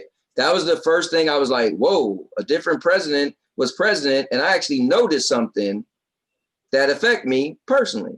That's just me. Again, I don't own a business, so I don't know maybe if I was a business owner and my taxes getting cut or whatever. But for the most part, yeah, you're gonna give me that. Baby, give me 4 years of Trump, because I can't do another year of COVID. But that's an awesome question. If you don't mind, could I use that on the Sandy and Anthony show? Yes, this is like, bro, did you come up with that? I found it somewhere. But, okay, that's good. That's good. Yeah. Now, on the flip side, the Republicans going to be like, that ain't hard. So I was actually going to say, I want to hear Sandy's opinion, but you can say for your show. I want to hear what she has to say about it too, actually. Yeah. So definitely use it. But give me credit for when you use it. But I will say this. I'm going to shout it out. For me, man, I'm kind of with you because I had 3 years of Trump, right? Up until now. Yeah. And it sucked for a lot of different reasons what he did, but it didn't change my life like the 1 year of COVID has changed, right? So, and then I got to think about there's sickness and death and fear that comes with COVID, right? You remember how it was in the beginning? You know what I'm saying? So scared to leave my house and stuff like that. So there's all that comes with that. With the Trump stuff, I guess I guess there can be some fear when you come to talk about him rallying up, white supremacists and things like that. Right. But it's not like the same thing as like me going to the store and have to worry about if somebody's right next to me or too close and stuff like that. Right. So there's that. And then like you said, everything being closed and things closing down and the movie theaters and just things like that. I think, you know, if I had to choose, I would kind of get through the 4 more years of Trump. And it's changed so many things. So, you know, Right. movies, television production schedules, dating has been different, right? So many things. So With many Trump things. 3 years, though he sucked in a lot of different ways, it didn't change your life. For example, I've been working from home for the last 7 months. Like Right. so many things, bro. So Right. I can't say that the 3 years of Trump before was worse than his last 7 months of COVID, I would say. So I would definitely take the 4 more years of Trump. If I imagine, like, if that was a short and they say COVID gone today, and then Trump is in office, like if it go, like if they said, listen, he found a vaccine that he paid for on his own, and he ain't releasing it unless he gets to be elected again. Right. Like, I'll be like, Trump, right. I'll be at a whole rally, bro. I have T-shirt and everything. They be like, really? I'm like, really? Because I'm trying to go see Black Widow in IMAX.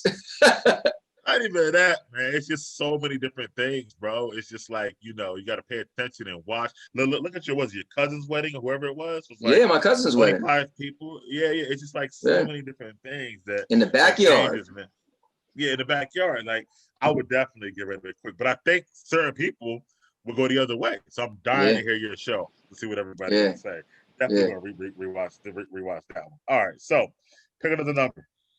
All right, so this is the last thing we got, and the show is over. So I'm going with number 2. Interesting for you, actually. Let me get rid of number 9 real quick. Would you rather have a personal chef or a personal maid? Mind you, now your maid doesn't cook. She just maid. Clean. That is hard, right? Which is really cool because it's not easy. Our house gets dirty often, so it's funny I'm saying this on camera because we have a lot of people living here. My 2 adult and a dog, and her fur, right? So man, if I had a maid who would be cleaning all the time. Sometimes I come home and I'm just like, yo, it's so messy. I just walk in my room. Then I get the whole, oh, I didn't put the dish in the sink. So no one takes accountability of who put dishes in the sink, and it drives me crazy. But if I had a chef, then again, I mean, I love my wife's cooking too, right? But if I had a chef, right, I'm assuming they could cook every day, right? And because of the pandemic, imagine I just had somebody making Budokan type food at home. Right. So that's hard because yes, I get annoyed with how, like even, I went to wash clothes the other day in my laundry room, and my pool room is back there, and everybody got their clothes on the pool table. Like, does this look like a laundromat to you people? I don't even know who clothes is whose. The washer had clothes in it. The dryer had clothes in it. Like, yo. But so yeah, the maid would probably have all that tidied up. But it's something about food. No, I don't. Ooh, this is hard because I like to go out to eat. I love that it's so hard, man. It makes it a great question. I love to go out to eat, right? That's part of, like, I love food, but it's different. Like, yeah, my wife will make a good meal that I love, but it can't compare to when we get in the car and drive and sit down somewhere and go out to eat. So if I had a chef, I wouldn't want to go out to eat anymore, but that will be taken. It's like, do you want to watch movies on the big screen? But you can watch your favorite movie at home. We both agree we'd rather still get up, go, and pay money to the movies. So, well, I can't believe this because the book of questions has something similar to this, but I think it gives you 4 options. But and I think I always picked a chef, but I'm gonna go with the maid. And it's probably because of COVID, maybe. That things is a little bit different. Because I feel like it's not much to do, so I value going out to eat more than I would in the past, right? Going out to eat is like that's my number 1 pastime now because it's like the only thing to do. So I feel like I can't take that away from me to have a great chef at home. So it's like, It's weird, but yeah, I'm gonna have to choose. I'll choose the maid. I never thought I'd choose that, but yeah. Come on to a clean house. Add that one to your show too. I think that'd be a good question for your show as well. I agree. Yeah, I'm gonna have to write this down so I don't forget. Yeah. Okay, so me, I'm the opposite of you, right? You live with a bunch of people and a dog. I live alone, right? No one else is here or whatnot. Like, you hear the echoes in my house, you know, in my apartment. So so my house is pretty much clean because it don't get dirty. You know what I'm saying? Because it's just me. You know what I'm saying? So it's not really, it's more like tidiness or whatever, but never actual cleaning has to be done. Right. How does it get messed up? So I would probably go with the chef, man, because then I can get all the meals I want to. And I do get tired of cooking a lot of times too, and stuff like that. So I would definitely go with the chef. The maid will probably keep it spotless for me, you know, the little things and whatnot, nook and crannies. But again, it's clean enough as it is and whatnot. You know what I'm saying? So I feel like that the chef will benefit me the most. Yeah. But you know what's really cool is our contrast, our perceptions, right? So I don't cook at all. My wife does. So I'm like, whatever, a chef. You're like, or I'm like, I don't need a chef, right? Well, it's like, dummy, you ain't cooking anyway. You probably get tired of cooking sometimes, right? Yes. And then also, it's perfect. I got a bunch of people in one house. You're by yourself, so you're not getting messy where I am. Like me and Sandy always joke when we go visit Sandy's mom and we stay there for the weekend. Listen, you know what I just love? Well, I open her fridge and she got a bunch of sodas, right? You open our fridge, it's nothing to drink because them kids don't ran through it, right? We literally keep our sodas in our room and they have to ask us for a soda. Because if you left it out in there, it'd be gone. And then, I didn't take it. I didn't get a soda, you know? So when we go to Sandy's mom's house, I'm just like, yo, you open her fridge. She got candy. She got snacks. It's clean because it's just her. So me and Sandy always say we can't wait till when we get older and move to Florida and have no kids. Our house is going to be clean. We're going to have food all the time. We're going to go out to eat all the time because, you know, it's just going to be cool. So. Yeah. That's how I am now. But see, I'm opposite, right? I yearn to have what you have. It's so crazy. Right. And I can't wait to have what you have. Yeah, I'm dying to have what you have. It gets boring, bro. I'm telling you right now. But also you got Sandy though, so it kind of makes it a little different, I guess. Right. Whatnot. But yeah, so yeah, I can, you know, every day nothing moves. You know what I'm saying? So I don't worry about that. My fridge is full right now. It always is. Right. Actually, I was just saying to my Kia that I got to learn how to shop better because things go bad for me all the time. Because if I buy, let's say, a box of whatever, I'm only eating it for one person. So and I might not want to cook that same thing. That's a catch-22. Yeah, it's like, oh, I could just buy this and last for a while. Well, are you going to eat it every day? Like, oh, wait, I don't want to eat it every day. And then it's going to go bad. Yeah.